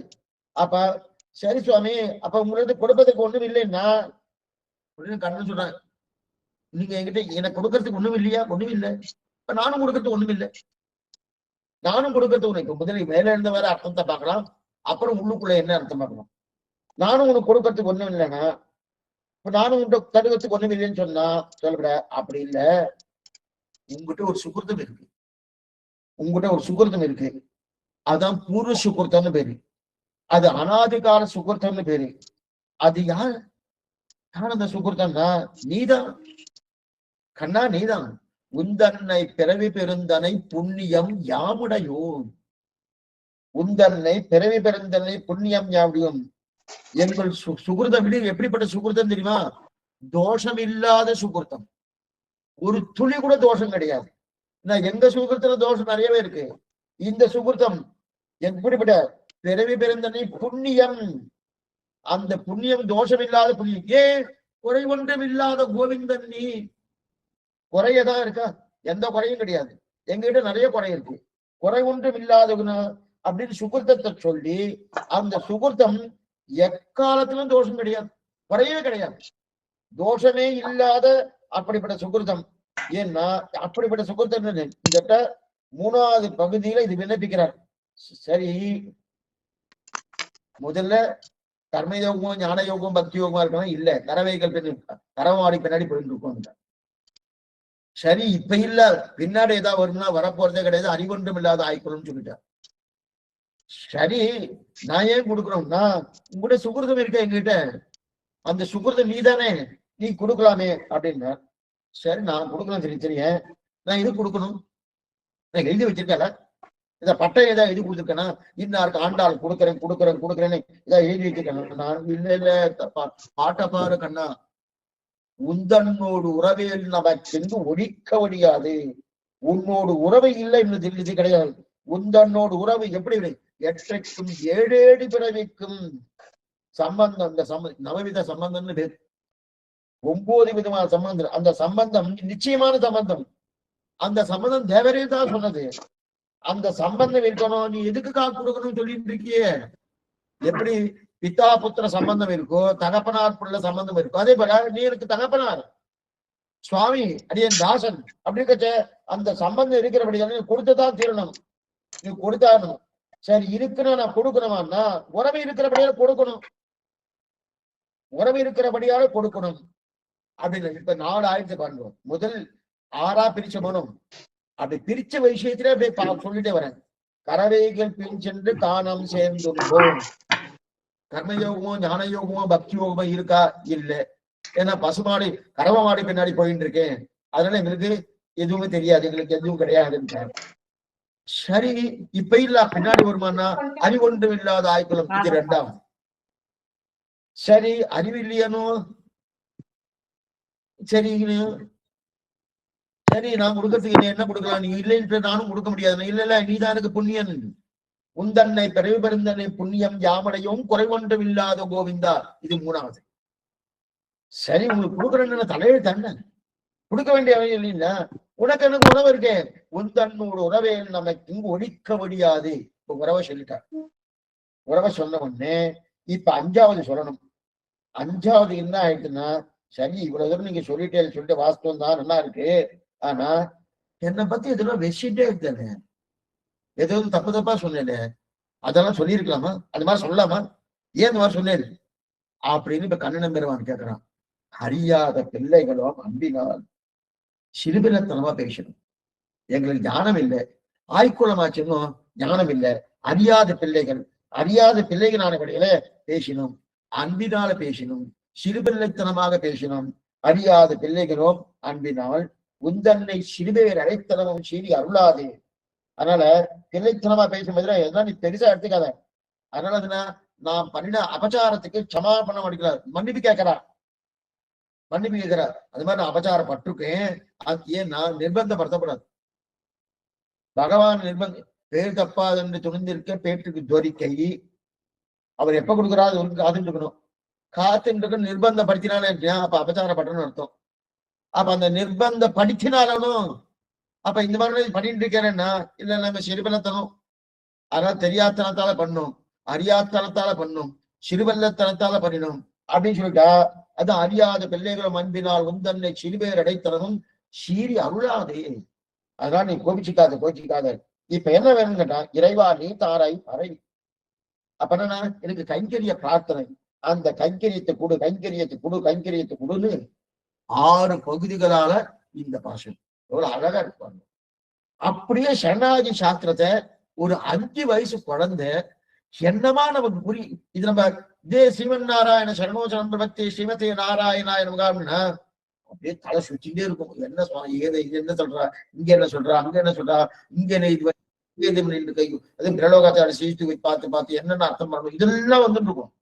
ஆனா இங்க பாருங்க நம்ம புரியும்படியாக முதல்ல கர்மயோகம் ஞான யோகம் இல்லை. சரி இல்லைன்னு சொன்னதுக்கு அப்புறம் அதுக்கப்புறம் என்ன ஆச்சு, ஏன் இப்ப இல்ல பின்னாடி வருமானா வராது, அறிவொன்றும் இல்லாத ஆயிடணும். சரி உனக்கு நான் ஏன் கொடுக்கணும்னா உந்தன்னை பிறவி பிறந்தனு புண்ணியம் யாமையும் குறைவொன்றும் இல்லாத கோவிந்தன் நீதான் புண்ணியன். நீ எங்க குளத்துல பறந்திருக்கணும், எங்களை ரட்சிக்கிறதுன்னு பறந்திருக்க. அப்ப ஏன் பண்ணணும் நானும் உனக்கு ரட்சிக்கிறேன்னா உனக்கு இவனுக்கு சம்பந்தம் இருக்கே. என்ன சம்பந்தம், உந்தன்னோடு உறவே என்ன வைக்கும் ஒழிக்க வடியாத அறியாத பிள்ளைகளும் அப்படின்னா. சரி இத்தனை விஷயம் இருக்கல அறியாத பிள்ளைகள் அறியாத. அப்ப என்ன வேணும், கைங்கரிய பிரார்த்தனை. இறைவா நீ தாராய் பறை. நல்லா புரியுது. இங்க கொஞ்சம் விவரிக்க இதுதான் பாசனம். இந்த பாசனம் பிரகாரம் பார்க்கணும். ஏன்னா அதை விட்டுட்டு நம்ம எங்கேயோ போனோம்னா ஆண்டாட அபிப்பிராயமே இதுதான், இதைத்தான் தெரியும். இப்ப இது வந்து பார்த்துட்டு போனோம். சரி சுவாமி அபசாரம் பண்றாரு. இப்ப இன்னைக்கு நீ பூர்வசுகத்தை இருக்கு குற்றமில்லாத பூர்வசுகத்தை இருக்குன்னு சொன்னார். ஆகவே அடியோங்கள் அறியாத்தனத்தால பயணத்தை சமிக்க வேண்டியிருத்தார். கறவைகள் பின் சென்று காணம் சேர்ந்துண்டோம். சுருக்கமா பார்த்துப்போம். என்ன இப்பே 1 மணி நேரம் ஆயிடுச்சு. கறவைகள் பின் சென்று காணம் சேர்ந்து கறவை மாட்டுக்கு பின்னாடி போகணும், காட்டுக்கு போகணும். சரி காட்டுக்கு போனேன், காட்டுக்கு போய் எதுக்கு போனேன், ஒருவேளை காட்டுக்கு போறச்சே ஒருவேளை அங்க பகவத் ஆராதனை பண்றதுக்கு போனேன்னா சில பேர்லாம் நாம சங்கீர்த்தம் பண்ணணும்னா அந்த இடத்த தெரிஞ்சுக்கலாம், நிசப்தமா இருக்கணும். அதுக்காக போனாருன்னா இல்ல காணம் சேர்ந்தும்போம் நல்லா சாப்பிடறதுக்காக போகணும். நாம சங்கீர்த்தனம் கிடையாது அங்க போனோம். உங்களுக்கு எல்லாம் ஒன்னும் அதுக்கெல்லாம் போல நாம சங்கீதம் எதுக்கும் போல அதெல்லாம் எங்களுக்கு பண்ண தெரியுமா சொன்னவே தெரியாதபடியால நல்லா சாப்பிடறதுக்காக போகணும். அதெல்லாம் யாரு பண்ணுவா, உயர்ந்த குளத்துல பிறந்தவாதான் பண்ணுவாள் தவிர எங்களை பால ஒரு ஆய்குளத்துல பிறந்தவாள் அதெல்லாம் பண்ணுவாளா, பண்ண மாட்டானோ. சாப்பிடறதுக்காக பண்ணுவோம். எங்களை கேட்டா என்ன சொல்லுவாங்க, எங்களுக்கு ஒண்ணு கிடையாது நல்லா சாப்பிடணும் அப்படின்னாரு. சரி எதுக்காக போனேன் அப்படி எதுக்காக பண்ண, அறிவில்லாதனால போகணும், அறிவில்லாதனத்தால போகணும். பசுமாடி அந்த காலமாடு கறவை மாடு இருக்கணும், கறவை மாடு பின்னாடி போகணும். கறவை மாடு பின்னாடி போறதுன்னா இந்த 2 விஷயம் நல்லா பார்த்துக்கணும். அறிவில்லை, அறிவொன்றில்லை, அறிவொன்றும் இல்லைன்னு 3ஆ பிரிக்கணும். அறிவு இல்லை, அறிவு ஒன்று இல்லை, அறிவு ஒன்றும் இல்லைன்னு பிரிக்கணும். அறிவில்லை என்ன கர்மயோகம் இல்லைன்னு அர்த்தம். அறிவு ஒன்று இல்லைன்னா ஞான யோகம் இல்லைன்னு அர்த்தம். அறிவு ஒன்றும் இல்லை அப்படின்னா பக்தி யோகம் இல்லைன்னு அர்த்தம். அப்ப கர்மயோகமோ ஞான யோகமோ பக்தி யோகமோ 3மே கிடையாது. ஏதோ இருந்தா கொடுக்குறேன்னு சொன்னா கண்ணன் இல்லையே, என்கிட்ட இல்லையே. கர்மயோகமும் கிடையாது, அது அறிவில்லை. ஞான யோகம் கிடையாது, அறிவு ஒன்று இல்லை. பக்தி யோகம் கிடையாது, அறிவு ஒன்றும் இல்லை. இது 3மே கிடையாது. இதுதான் அளவந்தார் தெரிவிக்கிறார். நதர்ம நிஷ்டோஸ்மி நச்சாத்மவேதி ந பக்திமான் சரணாரவிந்தே அகிஞ்சனகா அப்படின்னு தெரிவிக்கிறார் இல்லையா. அப்படிப்பட்ட நம்மாழ்வார் தெரிவிக்கிறார். 5ஆம் பத்திர நோற்றோன் விலேன் நுண்ணறிவிலேன் ஆகிலும் இதை உன்னை விற்றொன்றும் ஆற்றகிற்கின்றேன் அரபினடை அம்மானே அப்படின்னு தெரிவிக்கிறாள். நோற்ற நோன்பிலேன் இவர்கள் எல்லாம் சொல்லும் போதுதான் கைமுதல் ஒன்றும் இல்லை, என்னிட சமர்ப்பிக்கிறதுக்கு ஒன்றும் கிடையாது. பெருமாள் நம்ம கிட்டக்க வந்து நீ ஏதாவது கொடுத்தாலும் அவனுக்கு மோட்சம் கொடுக்குறேன்னாரு. மோட்சம் கொடுக்குறேன்னு சொல்லியாச்சுன்னா கொடுக்கறதுக்கிட்ட ஒண்ணுமே இல்லையே சொல்லணும். இதுதான் பிரபஞ்சனுடைய நிலை. அடிக்கடி என்ன பழனி காட்டி படிப்பாயோ நெருகாட்டி நீக்குதியோ அப்படின்னு ஆழ்வார் பாசமே இருக்கு. அங்க நிறைய பேர் எதுவும் பண்ணிட்டு இருக்கால, அங்கெல்லாம் போய் பண்ணுங்கள, பண்ண நான் கொடுக்குறேன்னா அதெல்லாம் சாத்தியோபாயம். கிட்டவே போகக்கூடாது. நான் ஒன்னும் பண்றதுக்கு நீயா கொடுக்குற இதுதான் பண்ணிட்டு கொடுத்தா. ஆண்டாள்கிட்ட இந்த பரீட்சை வைக்கிறா. கண்ணன் உங்ககிட்ட என்ன இருக்கு சொல்லு, நான் கொடுக்குறேன். என்ன இருக்குன்னு சொல்லு, கொடுக்குறேன். என்கிட்ட ஒண்ணுமே இல்லையே, அப்ப நானும் கொடுக்கறதுக்கு ஒண்ணு இல்லைன்னா நீ இருக்கியே உந்தன்னை பெருவி பெருந்தன்னை புண்ணியம் யாமடையும். சரி, இந்த இடத்துல நீயே தான் எல்லாம் வந்து கொடுக்கணும் கொடுக்கணும்னு சொல்லிருக்கல. இப்ப நோற்ற நோன்பிலேன் நுண்ணறிவிலேன், நோற்ற நோன்பிலேன் நுண்ணறிவிலேன். நோற்ற நோன்பினா கர்மயோகம் இல்லை, நுண்ணறிவிலேன் ஞான யோகம் இல்லைன்னு. அதே பக்தி யோகம் இல்லைன்னு சொல்லவே இல்லை. நம்மாழ்வார் நோற்ற நோன்பிலேன் நுண்மனைவிலேன் நதன்மெனிஸ்தோத்தி நச்சாத்மபி ந பக்திமான் மூணையும் சொன்னார், ஆள வந்தார். அதே போல ஆண்டாலும் மூணையும் சொன்னான். ஆனா நம்மாழ்வார் மூணு சொல்லல. கர்மயோகம் இல்லை, ஞான யோகம், பக்தி யோகம் சொல்லவே இல்லை. என்ன சுவாமின்னா, நீ ரெண்டும் பண்ணலன்னா பக்தி யோகம் வரப்போறது இல்லைன்னு அர்த்தம். அப்ப அது சொன்னாரோ. அதே போல நோற்ற நோன்பிலேன் நுண்ணறிவிலேன் ஆகிலஞ்சினை உன்னை விட்டு ஆற்ற இருக்கின்றேன். சரி, நீதான் புண்ணியனா இருக்கிய, குறைவொன்றும் இல்லாத கோவிந்தா, எங்களுக்கு குறை இருக்கு, நீ அறிவொன்றும் இல்லாத யாரு, அறிவொன்றும் இல்லாத ஆய்வுள்ள நாங்கள், நீயோ குறைவொன்றும் இல்லாத கோவிந்தா. அப்ப நீ மேடா இருக்க, நாங்கள் பள்ளமா இருக்கோம். பள்ளமா இருக்கிற கூடிய இடத்துக்கு மேடா கொண்டு வந்து சேர்த்தா சமமையை படுத்திடலாமனோ. அதே போல எப்படி பண்றது, உனக்கும் எனக்கு சம்பந்தம் இருக்கு. உந்தனோடு உறவையில் நமக்கும் ஒழிக்க முடியாது சம்பந்தம் இருக்குல்ல. அபிருத சித்த விசேஷம்னு பேரு. அபிருத சித்த விசேஷம்னா பகவானுக்கு நமக்கு விட்டு பிரியாத தன்மை. விட்டு பிரியாதன்னா அப்ப நாமும் பகவான் ஒன்னா கிடையாது. விட்டு பிரியாத தன்மைன்னா ரெண்டும் ஒண்ணுன்னு அர்த்தம் இல்லை. ரெண்டுமே வெவ்வேறு விதமான நிலைதான். ஆனாலும் சம்பந்தம் பூர்ணமா இருக்கும்னு அதான் தெரிவிக்கிறாங்க. அப்ப பிரித்தக் ஸ்திதியே கிடையாது. உன்னை விட்டு பிரிந்து இருந்தவங்க கிடையாது இல்லையா. அது அப்ரஹ்மாத்மக தத்துவம்னு சொல்லுவா. அடிக்கடி அது ஏன் சொல்லிருப்பேன். பிரம்மம் இல்லாத தத்துவம் யாருக்குன்னா கிடையாது. அந்த மாதிரி கிடையாதுன்னா அதனால சம்பந்தம் இருக்கு இல்லையா. அந்த சம்பந்தம் இருக்கிறபடியாலே சரி சரி இவ்வளவு நேரம் நீங்க என்னென்னமோ பேசினாலே என்னை பத்தி ஓஹோன்னு பேசினாலே. அறியாத பிள்ளைகளும் அன்பினால் நாராயணன்னு சொன்னேன். பாருங்க, என்னன்னோ பேசினேன்னு அப்படின்னு சொன்னேன். ஒண்ணும் உடனே கண்ணன் நல்லா சிசுபாலம் வச்ச மாதிரி வச்சிருப்பா பாருங்க. ஒண்ணும் இல்லை, பெரிய பேர்லாம் சொன்னாராம். அந்த பெரிய பேர் வந்து கண்ணனுக்கு சிறு பேர்னு வந்துட்டு புரியத்துக்காக ஒருத்தருக்கு நரசிம்மன் பேர். ஹே நச்சு அப்படின்னு வச்சுன்னா அவருக்கு அது பிடிக்கிறதே இல்லையா, அது வேற விஷயம். ஆனா சில பேர் என்ன பண்ணுவாங்க, என்ன சொல்ல நல்ல பேர் வச்சிருந்து இந்த மாதிரி நச்சுன்னு சொல்லிட்டு இருக்காரு, சின்ன பேரா இருக்கு, பெரிய பேரா சொல்லப்படாதா, நரசிம்மன் பேர் சொல்லப்படாதா அப்படின்னு. இப்ப கண்ணன் என்ன சொல்றாருன்னா, இவருக்கு நாராயணன்னு பேரு, அதே மாதிரி பரமன்னு பேரு, உத்தமன்னு பேரு, ஊழி முதல்வன்னு பேரு, பத்மநாபன் பேரு. இதெல்லாம் பெரிய பேரு. பெரிய பேரு. சிறிய பேர் எது, மாடு கன்றுகளின் பெண்ணை போகுவனே கோவிந்தா, இது சிறிய பேர். சிறிய பேர். மாடு கண்ணை மேய்க்கிறான்னா சிறிய பேர் தானே. அது ஊழி முதல்வன், பத்மநாபன், நாராயணன், பார்க்கடலில் பையிற்றுகின்ற பரமன், இதெல்லாம் பெரிய பேரு. இப்ப கண்ணனுக்கு என்ன ஆயிடுச்சுன்னா, பசுமாடு மேய்க்கிறது தான் அவருக்கு விருப்பம். கன்று மேய்த்து இனிது வந்த காலாய் தெரிவிக்கிறார் திருமங்கி ஆழ்வார். சிவத்திலும் பசுநரை மெய்ப்புவத்தி செங்கடிவாயங்கள் ஆயர் தேவே. சீவை கூட்டத்துல இருந்தாலும் அங்கு பசுநரை மேய்க்கணுமா, அதுதான் அவருக்கு ரொம்ப ஆசை. அப்ப பசு சம்பந்தத்தோடு பசுவை மேய்க்கிறான்னு சொன்னா அது பெரிய பேரு. அதை விட்டுட்டு நாராயணன், கேசவன், மூர்த்தி, பார்க்கடல் பையற்றுகின்ற பரமன், உத்தமன், ஊழிமுதனன், இதெல்லாம் சிறிய பேரு. அவன் அதுதான் பெரிய பேருனா அது அவருக்கு பிடிக்கல. அந்த பெரிய பேரே அவருக்கு பிடிக்கல. அப்ப எந்த சுவாமி பெரிய பேரு, கோவிந்தா. கோவிந்தான்னு சொல்லியாச்சுன்னா அது பெரிய பேரு. அதே ஊழி முதல்வன், ஜெகத்காரணன் நீதான், ஜெகத்தை ரட்சிக்கக்கூடிய நீதான், இது பெரிய சேதனை, இது பெரிய பேர் கிடையாது. நாராயணன், இது பெரிய பேர் கிடையாது. ஊழி முதல்வன், பத்மநாபன், அந்த பத்மத்திலே பிரம்மாவை படைத்தையனும் பூவில் நான் மகனை படைத்த, இதெல்லாம் பெரிய பேர் என்ன இல்ல, சிறிய பேர். அந்த மாதிரி சிறிய பேரை சொன்னேன்னு இப்ப வந்து இன்னும் பெருசா பேசிட்டு இருக்க. ஐயோ, இனிமே அந்த சிறிய பேரை சொல்ல மாட்டோம். என்னென்ன பேரு, முதல் பாட்டுல நாராயணனே நமக்கே பறை தருவான், இரண்டாம் பாசுரத்திலே பார்க்கடல் பையற்றுகின்ற பரமன், மூன்றாம் பாசுரத்திலே ஓங்கி உலகளந்த உத்தமன், நான்காம் பாசுரத்திலே ஊழி முதல்வன் பத்மநாபன், 4, 5 இதெல்லாம் சொன்னணும், அடுத்தடுத்து சொல்லணும், தப்பு தப்பா சொல்லிட்டேன். யார் சொல்றது? கோபிகைகள் சொல்ற ஆண்டாள் கோஷ்டி. அதெல்லாம் சொன்னேன்னா தெரியாதனத்தால சொல்லிட்டேன்.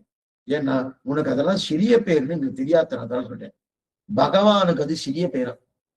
அவன் எது பிரியத்துக்காக சொல்றேன். கண்ணன் நல்ல பெரிய பேர். அதை விட இப்ப என்ன பேர் வச்சுருக்கான்? பார்த்த சாரதின்னு வச்சுருக்கான். கேவலமான பேர். பாண்டவ தூதர் கேவலமான பேர். ஒருத்தர் தூது போயிட்டு இருக்கா, அதை வச்சு நாமே யாருக்கா ஒருத்தர் டிரைவர் வேலை செஞ்சு வச்சுக்குவேன். கதவை திறக்கணும், அவருக்கு வண்டி ஓட்டணும், என்ன பண்ணும், அது பெருமையா சொல்லிப்போமா? அதெல்லாம் சொல்லிக்கவே மாட்டோம். அவர் தான் ஓட்டினார் சுவாமி, நான் உட்காந்துட்டு வந்தேன் அப்படி சொல்லி பண்ணுவோம். ஆனா அது பெருமையா சொல்லிக்கிறார். பார்த்த சாரி ஒரு திவ்ய தேசத்தை ஏற்படுத்தியிருக்கான். அப்ப எது பக்தர்களுக்காக நான் ஏதாவது பண்ணினா அதுக்கு ஒரு பேர் கொடுக்கிறானோ அதான் பெரிய பேர். தனக்கே மேம்பட்ட தன்மையா இருக்கணும், அது பெரிய பேர் இல்ல, அது சிறு பேர். இத்தனை நாள் ஆண்டாள் என்ன பண்ணிட்டானா சிறு பேர் சொல்லியிருக்கா. மேம்பட்ட தன்மை ஊழி முதல்வன் பத்மநாபன் பரமன் பரமசுவாமி பரோஸ்பாதி பரமகா அப்படின்னு இருக்குது. அவனுக்கு நகஸ்ய மஸ்ய அத்தியதிகஸ்ய திருஷ்யத்தே ஒத்தார் நிக்கார இளையாய மாமாய ஒத்தாய் எப்பொழுக்கும் உயிராய் கண் ஒப்பார் இல்லப்பன் என்னப்பன் எனக்காய்குலாய் என்னை பெற்றவளாய் பொன்னப்பன் மணியப்பன் முத்தப்பன் மின்னப்பனுமாய் மின்னப்பன் மதில்சூ திருவிநகர் சேர்ந்தப்பன் தன் ஒப்பார் இல்லப்பன் ஒப்பில்லாத அப்பனா இருக்கார் இல்லையா? அதெல்லாம் பெரிய பேர்னா இல்ல, சிறிய பேர். அப்ப எது பெரிய பேர்? கோவிந்தன். மாடு கன்றுகளின் பின்னே போறானே, அது என்ன சொன்ன, அதான் பெரிய பேர். அதுதான் பெரிய பேர். அதனால அப்படிப்பட்ட சிறிய பேர் கூட இது இங்க இப்படி வந்து சொன்னோம். 10ஆம் அத்தியாயம் 11ஆம் அத்தியாயம் கீதையில விஸ்வபத்தை சேவிச்சான். திவ்யம் ததாமிதே தப்சுஷு, என்னால பார்க்க முடியல கண்ணா, என்னால பார்க்க முடியல, வேற கண்ணை கொடுத்து நன்னா பார் அர்ஜுனா, நன்னா பார், சேவிச்சுக்கோ. எங்க முடியுது? ஒண்ணுமே தெரியல. என்னால பார்க்க முடியலன்னு சொல்லிட்டு இருந்தான். தேனை ரூபேன சத்துர்பூஜைன, மறுபடியும் இந்த 4 திருக்கோளோடு விவசாயி எனக்கு பார்க்க முடியலன்ட்டான். ஆனா அப்ப சொல்ற வார்த்தை என்ன தெரியுமா? இந்த விஸ்வரூபத்தை சேவிச்ச உடனே இத்தனை நாள் உன்னை என்னன்னோ பேசியிருக்கிறேன். ஏ கண்ணா, ஏ எடையா, ஏ யாதவா, ஏ சக்தி, என்னென்ன பேரெல்லாம் சொல்லி கூப்பிட்டுருவேன். சின்ன சின்ன பேரை சொல்லி கூப்பிட்டுருக்கனே, அது தப்பு பண்ணிட்டேன். இப்ப சொல்றேன், நாராயணன் நீதான் ஊழி முதல்வன், நீதான் பத்மநாபன் நீ. இப்ப சொல்றேன், இது அர்ஜுனன் சொல்ற வார்த்தை. அப்பனா நிஜமாவே சிறிய பெயர். ஏ யாதவா, ஏ கண்ணா, ஏ சகி, நிஜமா சின்ன பேரை சொல்லி கூப்பிட்டது தப்பு பண்ணிட்டேன். நான் பெரிய அபச்சாரப்பட்டேன். அந்த அபச்சாரத்தை சமாபனம் வாங்கிட்டு இப்ப சொல்றேன், நாராயணன் ஊழி முதல்வன் பத்மநாபன் அர்ஜுனன் சொன்ன வார்த்தை இந்த வார்த்தை. இங்க ஆண்டாள் சொல்றது என்னன்னா, ஊழி முதல்வன் பத்மநாபன் சிறுபேர். ஆனா அர்ஜுனனுக்கு ஊழி முதல்வன் பத்மநாபன் பெரிய பேர். அது சிறுபேர். இது ஏ யாதவா, ஏ கோவிந்தா, இதுல சிறிய பேர். இப்ப பெரிய பேர் எதுனா இங்க ஆண்டாளுக்கு கோவிந்தா. முன்னாடி ஒரு கோவிந்தா வந்திருக்கு, கூடார வெல்லும் சேர் கோவிந்தா. யாரெல்லாம் கூட மாட்டோம்னு சொன்னா திருப்பாவையே ஒரு தனி அனுபவம், தனியா அனுபவிக்கணும். அதுவும் 4 வியாக்கியானம் கொண்டு அனுபவிக்கணும். அழகிய மணவாள நாயனார் பெரியவாச்சனுடைய வியாக்கியானம், இவாள வியாக்கியானம் வைத்துக் கொண்டு அனுபவிச்சோம்னு வச்சுக்கேன் ரொம்ப. ஆனா அது என்னமோ தெரியல, அது மார்கழி மாசம் 30 நாள், அது 1 மணி நேரமோ 1.5 மணி நேரமோ ஆச்சா சுவாமி. ஒரு பாட்டுக்கு அவ்வளவுதான் வைபவமான்னு. ஒரு பாசனத்துக்கு குறைஞ்சபட்சம் 15 - 20 மணி நேரம் அந்த பாட்டுக்குள்ள அர்த்தங்கள் நம்ம பூர்வாச்சாரிகள் வர்ஷிச்சிருக்கா. அவ்வளவு அர்த்தத்தை கொடுத்திருக்கா. அதுலயும் மேல நம்ம பார்க்க போறோம். 10 பாட்டுன்னு சொன்னேன்னு அஸ்மகுருப்தியோ நமக, இப்ப நம்ம இது வாக்கிய குரூப் அதுலயே வரப்போறது. அஸ்மகுருப்தியோ நமக பரமகுருப்தியோ நமக சர்வகுருப்தியோ, அதுவே அதுல வரப்போறது. திருப்பாவிலே அதே வரப்போறது. அங்க சுருக்கமா சொல்றேன், அங்க வரச்சு இதுக்கு சொல்ல வந்தேன்னா அத்தனை அனுபவம் திருப்பாவை, அனுபவத்தில் அனுபவம் இருக்கட்டும். இப்ப அந்த உந்தன்னை சிறுவேர் இடத்தையும் சீரி அருளாதேன்னு திருவீரழியா அப்படிங்கிறது சொல்லி, இரவாய் நீ தாராய் பறையனுங்க, கோபிச்சு கொள்ளாதே, நான் தெரியாத்தனத்தால பண்ணேன், அறியாத்தனத்தால பண்ணேன் அதனால நீ இதெல்லாம் பண்ணாத அப்படின்னு சொன்னாரு. சரி சுவாமி, இப்ப இந்த இடத்துல பாருங்க, இறைவா நீதாராய் பறை அப்படின்னு இருக்காரு. இந்த சப்தத்தை நீங்க அப்படியே கையில வச்சுட்டு இருக்கோம். இறைவா நீதாராய் பறை, அது ஒரு பக்கம் எழுதி வச்சுட்டு இருக்கோம். முதல் பாட்டு பாருங்க, நாராயணன் நமக்கே பறை தருவான் அப்படின்னு இருக்கணும். முதல் பாட்டுல நாராயணனே நமக்கே பறை தருவான் இருக்கு. இங்கு இறைவா நீதாராய் பறைன்னு இருக்கு. ரெண்டும் ஒன்னா இருக்கு, ஒண்ணு இல்ல, வித்தியாசம் பண்ணு. பறை இந்த சப்தம் ரெண்டுத்துக்கும் அங்க தருவான் தாரா ரெண்டு ஒரே சப்தம் தான். ஆனா எது முன்னாடி வந்திருக்கு எது பின்னாடி வந்திருக்கு பாருங்க. நாராயணனே நமக்கே பறை, பறைனா கைங்கரியம், கைங்கரியத்தை தருவான், பறை தருவான், தருவான்னா கொடுப்பான் அப்படின்னு வந்துருக்கு. இந்த பாட்டுல பாருங்க, 28ஆம் பாட்டுல சீரி அருளாதே இறைவா நீ தாராய், அப்புறம் பறை. தெரியறது முதல்ல தாராய், தருவான், தாராய் குடு, கொடுக்கறது, அதுக்கப்புறம் பறை கைங்கரியம். கேள்வா மாறிட்டு அங்க பறை தருவான் இருக்கு, இங்க இங்க வந்துடணும். இங்க என்ன அதே மாதிரி பறை தருவான் தானே இங்க வந்திருக்கணும், இங்க வரல, தாராய் பறைன்னு வந்திருக்கு. அது மாதிரி வரலாமா சுவாமி? மாத்தி வந்திருக்க. முதல் பாட்டுல என்ன வருது, தருவான் பறை இல்ல, இறைவாணி தாராய் பறை. இது கடைசி பாட்டுல. முதல் பாட்டு என்ன, பறை தருவான்னு வந்திருக்கு. அப்ப கைங்கரியத்தை முதல்ல சொல்லி அந்த கைங்கரியத்துக்கு உபாயம் எது பகவான், அது உபாயத்தை பின்னாடி சொல்லிட்டு.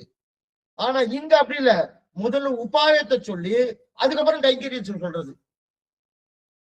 அது ஏன் மாத்திட்டாரு ஆண்டாருன்னா, அனுஷ்டான வேலை வேற, அதே நேரத்துல சரணாகதி அனுஷ்டிக்கக்கூடிய வேலை வேற. சரணாகதி அனுஷ்டிக்கும் போது நல்லா புரிஞ்சுக்கோ, சரணாகதி அனுஷ்டிக்கும், சரணாகதி பண்ணா என்ன சுவாமி கிடைக்கும்?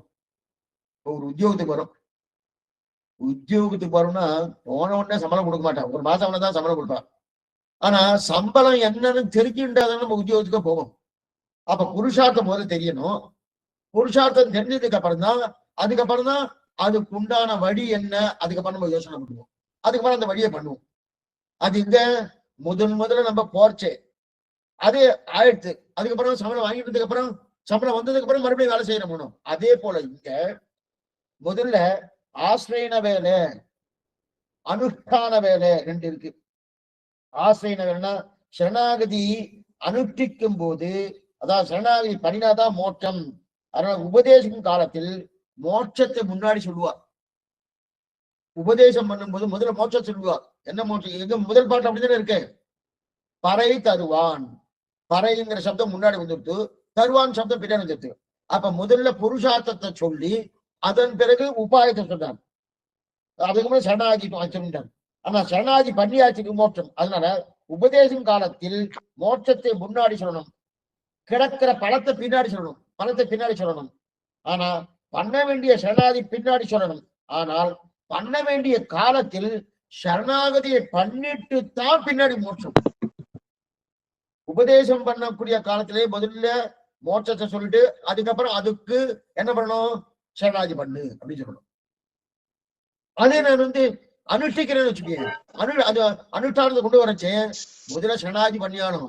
சரணாகி சுவாமி என்னன்னா படிச்சா 100 மார்க் ஆகுறா அப்படின்னா படிக்கணுமே, அது உபதேச காலம். அப்ப 100 மார்க் முதல்ல சொல்லியாச்சு, அதே ரூபாய் வராது, படிச்சாதான் வரும். அப்ப படிக்கிறது அனுஷ்டானம் ஏதாவது தெரியும். அதனாலதான் அங்க என்ன சொல்லியிருக்கு, அங்க முதல்ல பறைன்னு சொல்லிட்டு அதுக்கப்புறம் தருவான். இங்க தருவான் பறை அப்படின்றது என்ன காரணம்னா, ஆசிரியன வேலை அனுஷ்டிக்கும் வேலை என்று முடிச்சார். சுருக்கமான அர்த்தம் பார்த்துவோம். நாராயணனே நமக்கே பறை தருவான், கைங்கி தருவான்னு பிராபாத்தியம். அதைத்தான் இங்க 2 பாட்டுல விவரிக்கிறார். முதல் 2 பாட்டு என்னன்னா 28, 29 பாட்டுல, 28ஆம் பாட்டுல இன்னைக்கு பாட்டு கறவைகள் பாட்டுல சிவன் நாராயண சரணோச்சரம்ப பக்தியே, இது கறவைகள் பாட்டு. அது சித்தன் சிறுகாரிய பாசனம் என்னது, ஸ்ரீமதே நாராயணாய நமகா, அதோடைய அர்த்தம் சித்தந்திருக்கார். அது நாளைக்கு இந்த பாட்டுல தெரிவிக்கிறார். சரி சுவாமி, இது இத்தனை இருக்கு இல்லையா, இந்த முதல்ல சரணாகி பண்ணோம்னாலே சரணாகத்துக்கு முன்னாடி நிலை என்ன, துவமேவ உபாய பூத்தோமே பவ, இது பிரார்த்தனா மதி சரணாகதி. நீயே எனக்கு உபாயகமா இருக்குன்னு பிரார்த்திக்கிறோம் இல்லையா, அந்த பிரார்த்தனை தான் சரணாகதி. சரணாகதி என்பது ஒரு செயல்பாடு கிடையாது, அது புத்தி விசேஷம். நல்லா பார்த்துக்கோ, சரணாகதி ஒரு செயல்பாடு கிடையாது, புத்தி விசேஷம். புத்தி விசேஷம் நம்ம நினைச்சா போறோம், மாசம் போறோம், நினைச்சா போறோம். அப்ப வந்து ஆழ்வார் புகழுண்டில்லா அடியேன் நடிக்கீழ் அமர்ந்து புகுந்து என்னன்னா செயல்பாடுலையும் பண்ணியிருக்காங்க, தாராளமா பண்ணலாம். ஆனா மனசுல இல்லாம சரணாகதி மானசீகமா காய்கமா வாச்சிக்கமா? வாயால சொன்னா சரணாகதியா, அனுஷ்டானம் பண்ணா சரணாகதியா, மானசீகமா பண்ணா சரணாகதியா? மூணுமே வேணும். ஆனா பிரதானம் என்ன? மானசீகம் தான் பிரதானம். என்ன புரிஞ்சுக்கோ, மானசீக நான் இந்த சரணாகதி பத்தி மனசுல நினைக்கவே இல்லை. அவர் ஏதோ சொன்னார், இந்த காலக்ஷேபத்துல கறவைகள் பாசுரத்துல காலக்ஷேபத்துல அந்த சுவாமி சொன்னார், சுவாமி பண்ணணுமா, இந்தாங்க திருப்படி பத்தினேன் அப்படின்னு மனசுல அந்த நிலையே இல்லாம பண்ணினா அது சரணாகதி ஆகாது. மானசீகம் முக்கியம். சரி, நான் மானசீகமா பண்ணிட்டேன்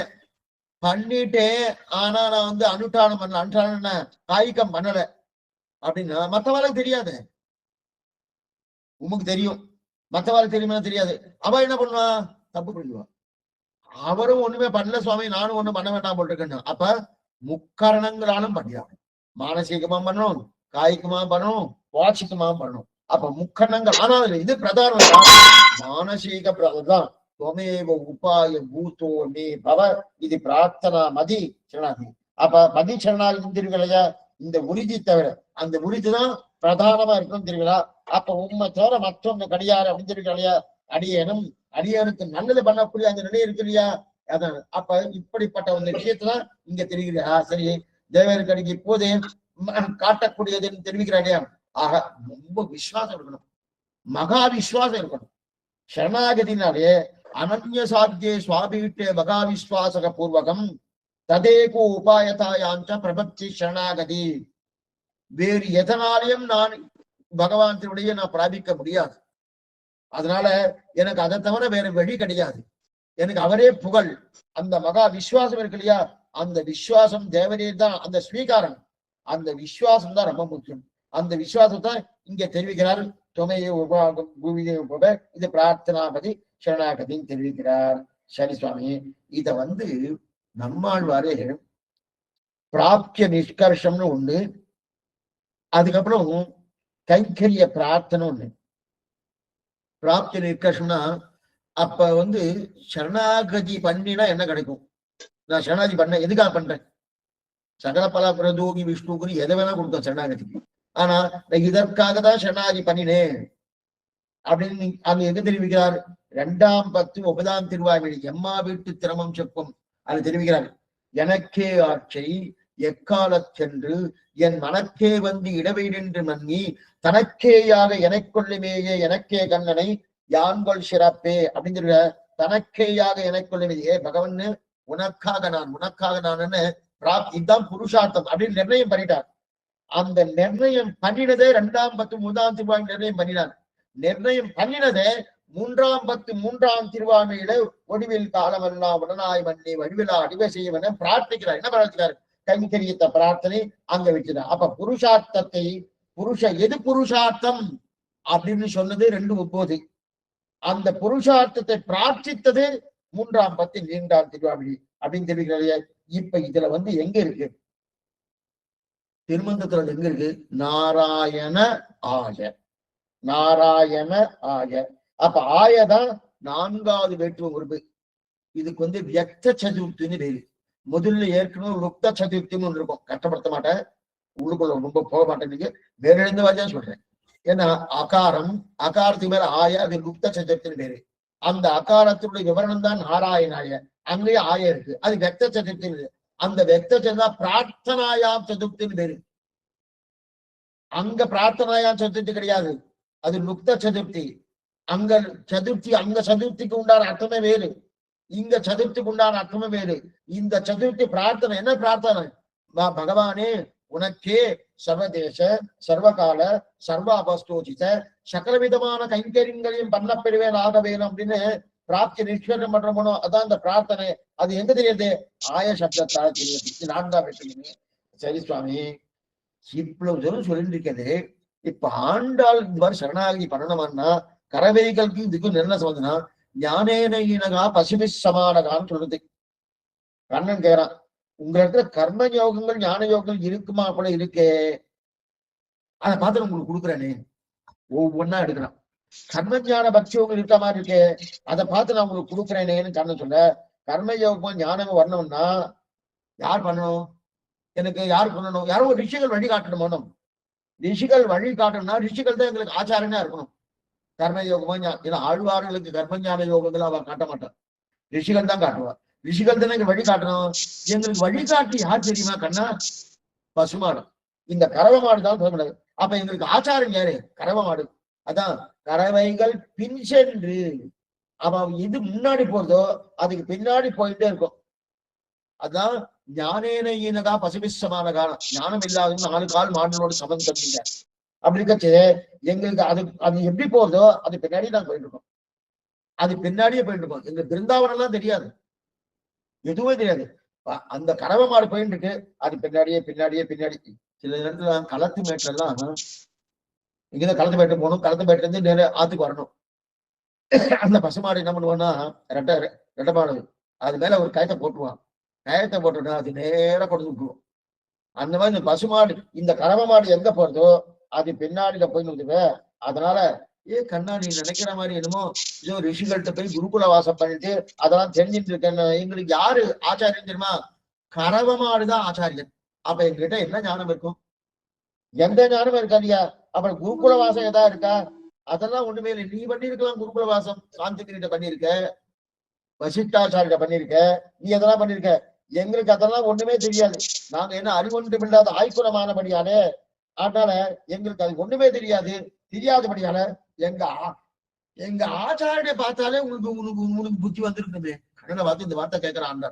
எங்க ஆச்சாரம் எப்படி இருக்காரு? கரமமானுக்கு ஆச்சாரனை வச்சிருந்தா என்ன தெரியும் உங்களுக்கு? அறிவொன்றும் இல்லாத ஆய்குலம் தானே. அப்படி இருக்கச்சே அப்படி சரி, நீங்க காட்டுக்கு தானே போறீங்க. காட்டுக்கு போறேன்னா ஒருவேளை சில இடத்துல திவ்ய தேசமா இருக்கும், சிலதான் காட்டுல தான் திவ்ய தேசம் இருக்கும். அதனால திவ்ய தேசத்துக்கு போறல, திவ்ய தேசம் போனா புண்ணியம்னு நான் கணக்கு எழுதிக்கலாமான்னு கேட்டேன். இந்த மாதிரி நிறைய ஒர்க் வருது, ஆனா அத்தனையும் சொல்ல முடியுமான்னு சந்தேகம். திவ்ய தேசம் போனா புண்ணியம் நான் கணக்கு எழுதிக்க முடியுமான்னு. ஐயோ நல்லா பாட்டை பாரு, நாங்க திவ்ய தேசம் எல்லாம் போல காட்டுக்கு போறோம்னா கண்ணன் உடனே விடல. காடுதான் நைமிசாரண்யம், அதுவும் திவ்ய தேசம் தான். ஒருவேளை நைமிசாரண்யத்துக்கு போறோம் என்ன, அந்த திவ்ய தேசத்துக்கு போனா ஒரு புண்ணியம். அதனால திவ்ய 3-4 தங்கு ராத்திரியா தங்குன்னு சுவாமி எம்பெருமானா தெரிவித்திருக்கார் மேல்கோட்டை. திவ்ய தேசத்துல நித்தியவாசம் பண்ணணும்னு சொல்லியிருக்காரு. எதுக்காகன்னா ஏதோ நமக்கு கிடைக்க போறதுன்னா பகவத் அனுகிரகம் பூர்ணமா கொண்டு இல்லையா. அதனால அந்த மாதிரி நீங்க பண்ணிருக்கிறீங்க. அதனால நைமிசாரண்யம் தான் காடு, அந்த காட்டுல நீங்க போறீல அப்படின்னா இல்ல அங்க போய் என்ன பண்ணுவோம்? சரி போய் ஏதாவது நாம சங்கீதம் வேலை இல்ல, சாப்பிட போறோம், காணம் சேர்ந்து உண்போம், நம்ம சாப்பிட போறோம்னா சரி இப்போ ஒரு புண்ணியம் எழுதிக்கிறேன்னா இந்த புண்ணியத்தை பார்த்து உங்களுக்கு மோட்சம் கொடுக்குறேன். என்ன புண்ணியம்? சாப்பிட போறேன், எல்லாம் உட்காந்து சாப்பிட வரணும். உட்காந்து நிதானமா ஆறாமத்து ஒருத்தருக்கு பரிமாறிட்டேன்னா இந்த சாப்பாடு சாப்பிடறச்சு இன்னைக்கு அது ரொம்ப குறைஞ்சு போயிடுச்சு. எல்லாரும் சேர்ந்து சாப்பிடணுமா, ஒருத்தர் தனித்தனியா சாப்பிட. ஒருத்தருக்கு எடுத்து வச்சுட்டேன், இங்க எடுத்து வச்சுட்டேன், அங்க எடுத்து வச்சுட்டேன், ஒவ்வொருத்தரும் ஒவ்வொரு மூலம் சாப்பிடாங்க சாப்பிடக்கூடாது. எல்லாரும் கோட்டியா சாப்பிடணும். அந்த மாதிரி சாப்பிட்டா புண்ணியம்னு தர்மசாஸ்திரம் சொல்றது. தர்மசாஸ்திரம் உட்கார்ந்து நல்லா உட்கார்ந்து சாப்பிட்டேன்னு சொன்னேன். இல்ல நாங்க அந்த மாதிரிலாம் நீ தர்மசாஸ்திரம் பண்றவரை நாங்க பண்ணலன்ட்டான் ஆண்டான். என்னன்னா நாங்க காணம் சேர்ந்து உண்பனம் போயிட்டே இருக்கிறது சாப்பிடுவோம். அது மாதிரி சாப்பிடக்கூடாது. சாப்பிடணும் நிலைக்கு உட்கார்ந்துதான் சாப்பிடணும். சில பேர் என்ன பண்ணுவா, நல்லா இலையெல்லாம் ஆயிட்டு உத்தர புரோஷனம் கூட ஆயினதுக்கு அப்புறம் அங்க ஊறுகாய் ஏதாவது இருக்கணும், அதை எடுத்து கையில எடுத்து வச்சுட்டு அப்படி போயிட்டே இருப்பான். கையாளத்துக்கு போகணும் அப்படி எடுத்து ஓயில மட்டும் போயிட்டு இருப்பான். கூடவே கூடாது. அந்த உத்தர புரோஷனம் பண்ணதுக்கு அப்புறம் எதுவுமே வாய்க்குள்ள போகக்கூடாது. இதெல்லாம் தோஷம் சொல்லியிருக்கு சாஸ்திரம். அந்த மாதிரி நின்னுன்னு சாப்பிடக்கூடாது, உட்கார்ந்துதான் சாப்பிடணும். எதுவா இருந்தாலும் உட்கார்ந்து சாப்பிடணும். உடனே கோயில்னு கேட்டுறாதீங்க, கோயில் எல்லாம் எக்ஸப்ஷன். எல்லாமே ஆத்துல இருக்கச்சே இதுமே ஆத்துல பாலை கொடுத்தவன சில பெரியோருக்கா பாருங்க, உடனே பாலை கொடுத்தோம்னா என்ன பண்ணா உட்கார்ந்துட்டு சாப்பிட்டுட்டு மறுபடியும் எழுந்துப்போம். அப்படிதான் சொல்லியிருக்கு. இல்லைன்னா அது தோஷம்னு சொல்லியிருக்கு. அந்த மாதிரி நீங்க சாப்பிடறச்சே ஒருத்தருக்கு செய்தேன்னா இனி எது தனி அருந்து எல்லாரும் சேர்ந்து சாப்பிடணும், ஒருத்தருக்கு பங்கு கொடுத்து சாப்பிட்டு இருக்கணும், அதுவும் நான் புண்ணியமா எடுத்துக்கலாமா? நான் கிடையாதுன்ற நின்றுட்டே சாப்பிடணும். நாங்க நின்றுட்டே சாப்பிடணும். அதனால நீங்க நினைக்கிற மாதிரி அதெல்லாம் கிடையாது.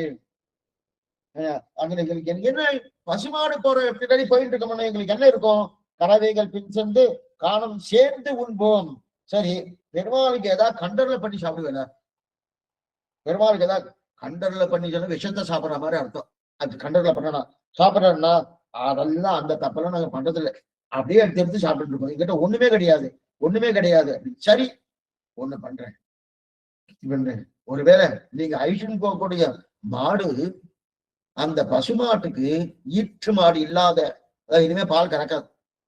பால் கறக்காத மாடுக்கு பின்னாடி போனா புண்ணியம்னு இருக்கு தர்மசாஸ்திரம். பால் கறக்காத மாடு, ஏன்னா அநேகமா அந்த பால் கறக்காத மாடுன்னு உடனே அது ஒரு பொலி போக்குவா. அது என்ன பண்ணணுமோ அதுக்கு நிறைய வழிவகைகள்லாம் இருக்கு. அந்த வழி பண்ணிட்டு இருக்கணும். அந்த மாதிரி அதுக்கு பின்னாடி போனோம் தர்மசாஸ்திரம் இருக்கு. இல்ல இல்ல, நான் நன்னா பாலை கறந்து வியாபாரம் பண்ற அளவுக்கு போயிட்டு இருக்கோம், எந்த இதுவும் கிடையாது, எந்த இதுவும் கிடையாது. என்ன ஏன் இப்படி பண்றேன்னா அதான் சொல்லிட்டு இருக்கேனே, அறிவொன்றும் இல்லாத ஆய்க்கணும்.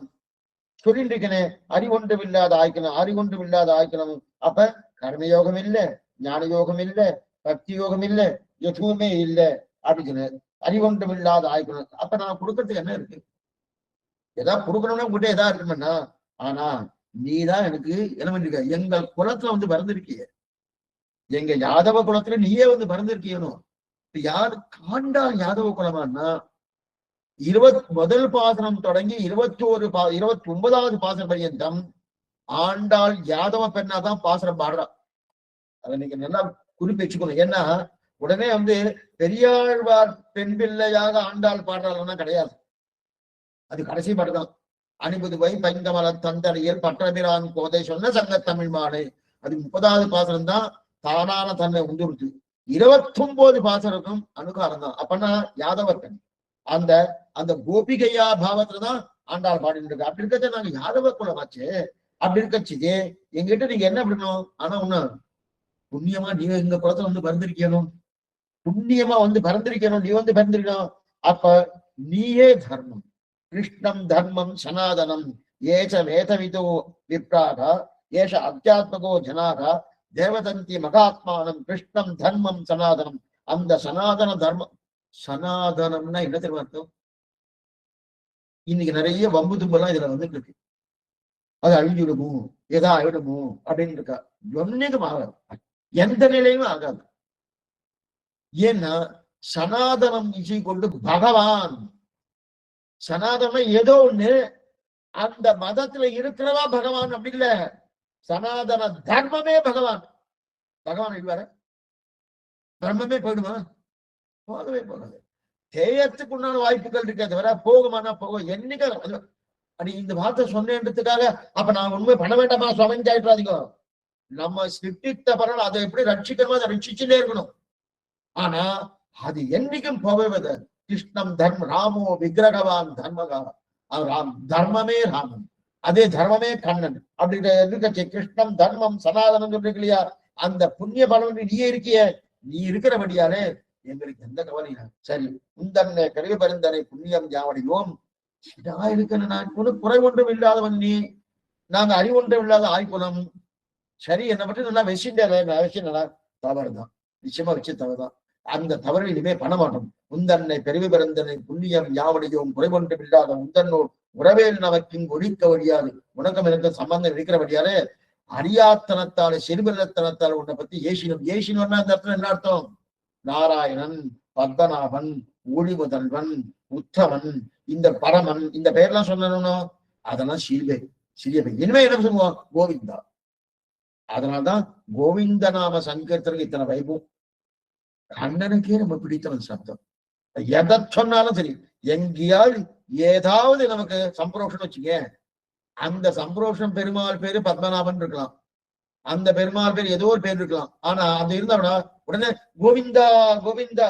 இப்ப மாங்கல்ய தானம் ஒண்ணு வேண்டாம், ஆண்டாள் திருக்கல்யாணம் நடக்கிறதுனா நாளைக்கு நாளைக்கு நடக்கப்படுது. அப்போ இந்த மாங்கல்ய தானம் கோவிந்தா கோவிந்தான்னு ரங்கமன்னாருக்கு ஆண்டாள் நடக்கிறது சொன்ன கோவிந்த சத்தம் அவருக்கு பிடிச்சிருக்கு. அந்த கோவிந்த நாம சங்கீர்த்தனம் இதன மூன்றெழுத்துடைய பேரா கத்திர வந்து உன்னே பராங்கதி கண்டு கொண்டான்.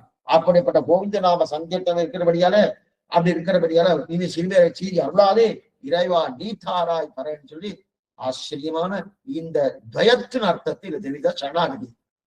அந்த சரணாகதி பலமாக சித்தம் சிறுகாலே வந்துன்னை சேவித்து உன் பற்றா மறையடியே போற்றும் பொருள் கேளாய். பற்றா மறையடியே போற்றும் ஒரு அடியே அப்படின்னு 29 சொல்லியிருக்கா. 2ஆம் பாட்டுல என்ன தெரிவிக்கிறா பாருங்க. வையத்து வாழ்கள் நாமும் நம் பாவைக்கு செய்யும் கிரி பார்க்கடனுள் பையத்துகின்ற பரமன் அடிபாடி அப்படின்னு 2ஆம் பாகத்தை தெரிவித்தார்.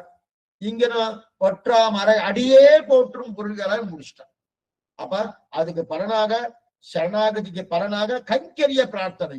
அந்த கைங்கரியத்தை பிரார்த்திப்பது நாளைய பாசனம் சித்தம் சிறுகாலே துவயத்துடைய பூர்ணமான அர்த்தத்தை சுலபமாக நாம் நன்றாக புரிந்து கொள்ளும் போன தன்மைக்கு தகுந்தாப்பல 6 விதமாக ஷட்ரசத்தோடு கூடிய இருக்கக்கூடிய 6 விதமான நிலையிலோடு அஸ்ம தெரிவித்தார்.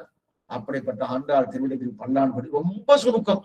அத்தனை சுருக்கம் பார்த்துக்கோ. ஏன்னா இது குறைஞ்சது ஒரு 20 மணி நேரம் இருந்தா தான் அந்த தயத்தோட அர்த்தம் என்ன, ஆண்டாள் எந்த அபிப்பிராயத்தை பாட்டிருக்கார், நம்முடைய பூர்வாச்சாரிகள் சுவாபதேசம் என்னவா சொல்லியிருக்கார் எல்லாத்தையும் பார்க்க முடியும். இருந்தாலும் நமக்கு ஆண்டாள் அனுபவிச்சு இந்த நாக்குக்கு ஒரு பூர்ணமான ஒரு புண்ணியகாரியம் வேணுமனும் அதற்காக அனுபவிச்சு. இப்பதான் சந்தேகம் இருந்தா, ஏன்னா நிறைய சந்தேகங்கள் இருக்கலாம், சந்தேகம் அவசியம் கேட்கும்படி பிரார்த்திக்கிறேன். ஆழ்வார் எம்பெருமானார் ஜிய திருவேஷனும் ஆச்சாரியம் திருவேஷனும் பாகவதால் திருவடிகளே சரணம்.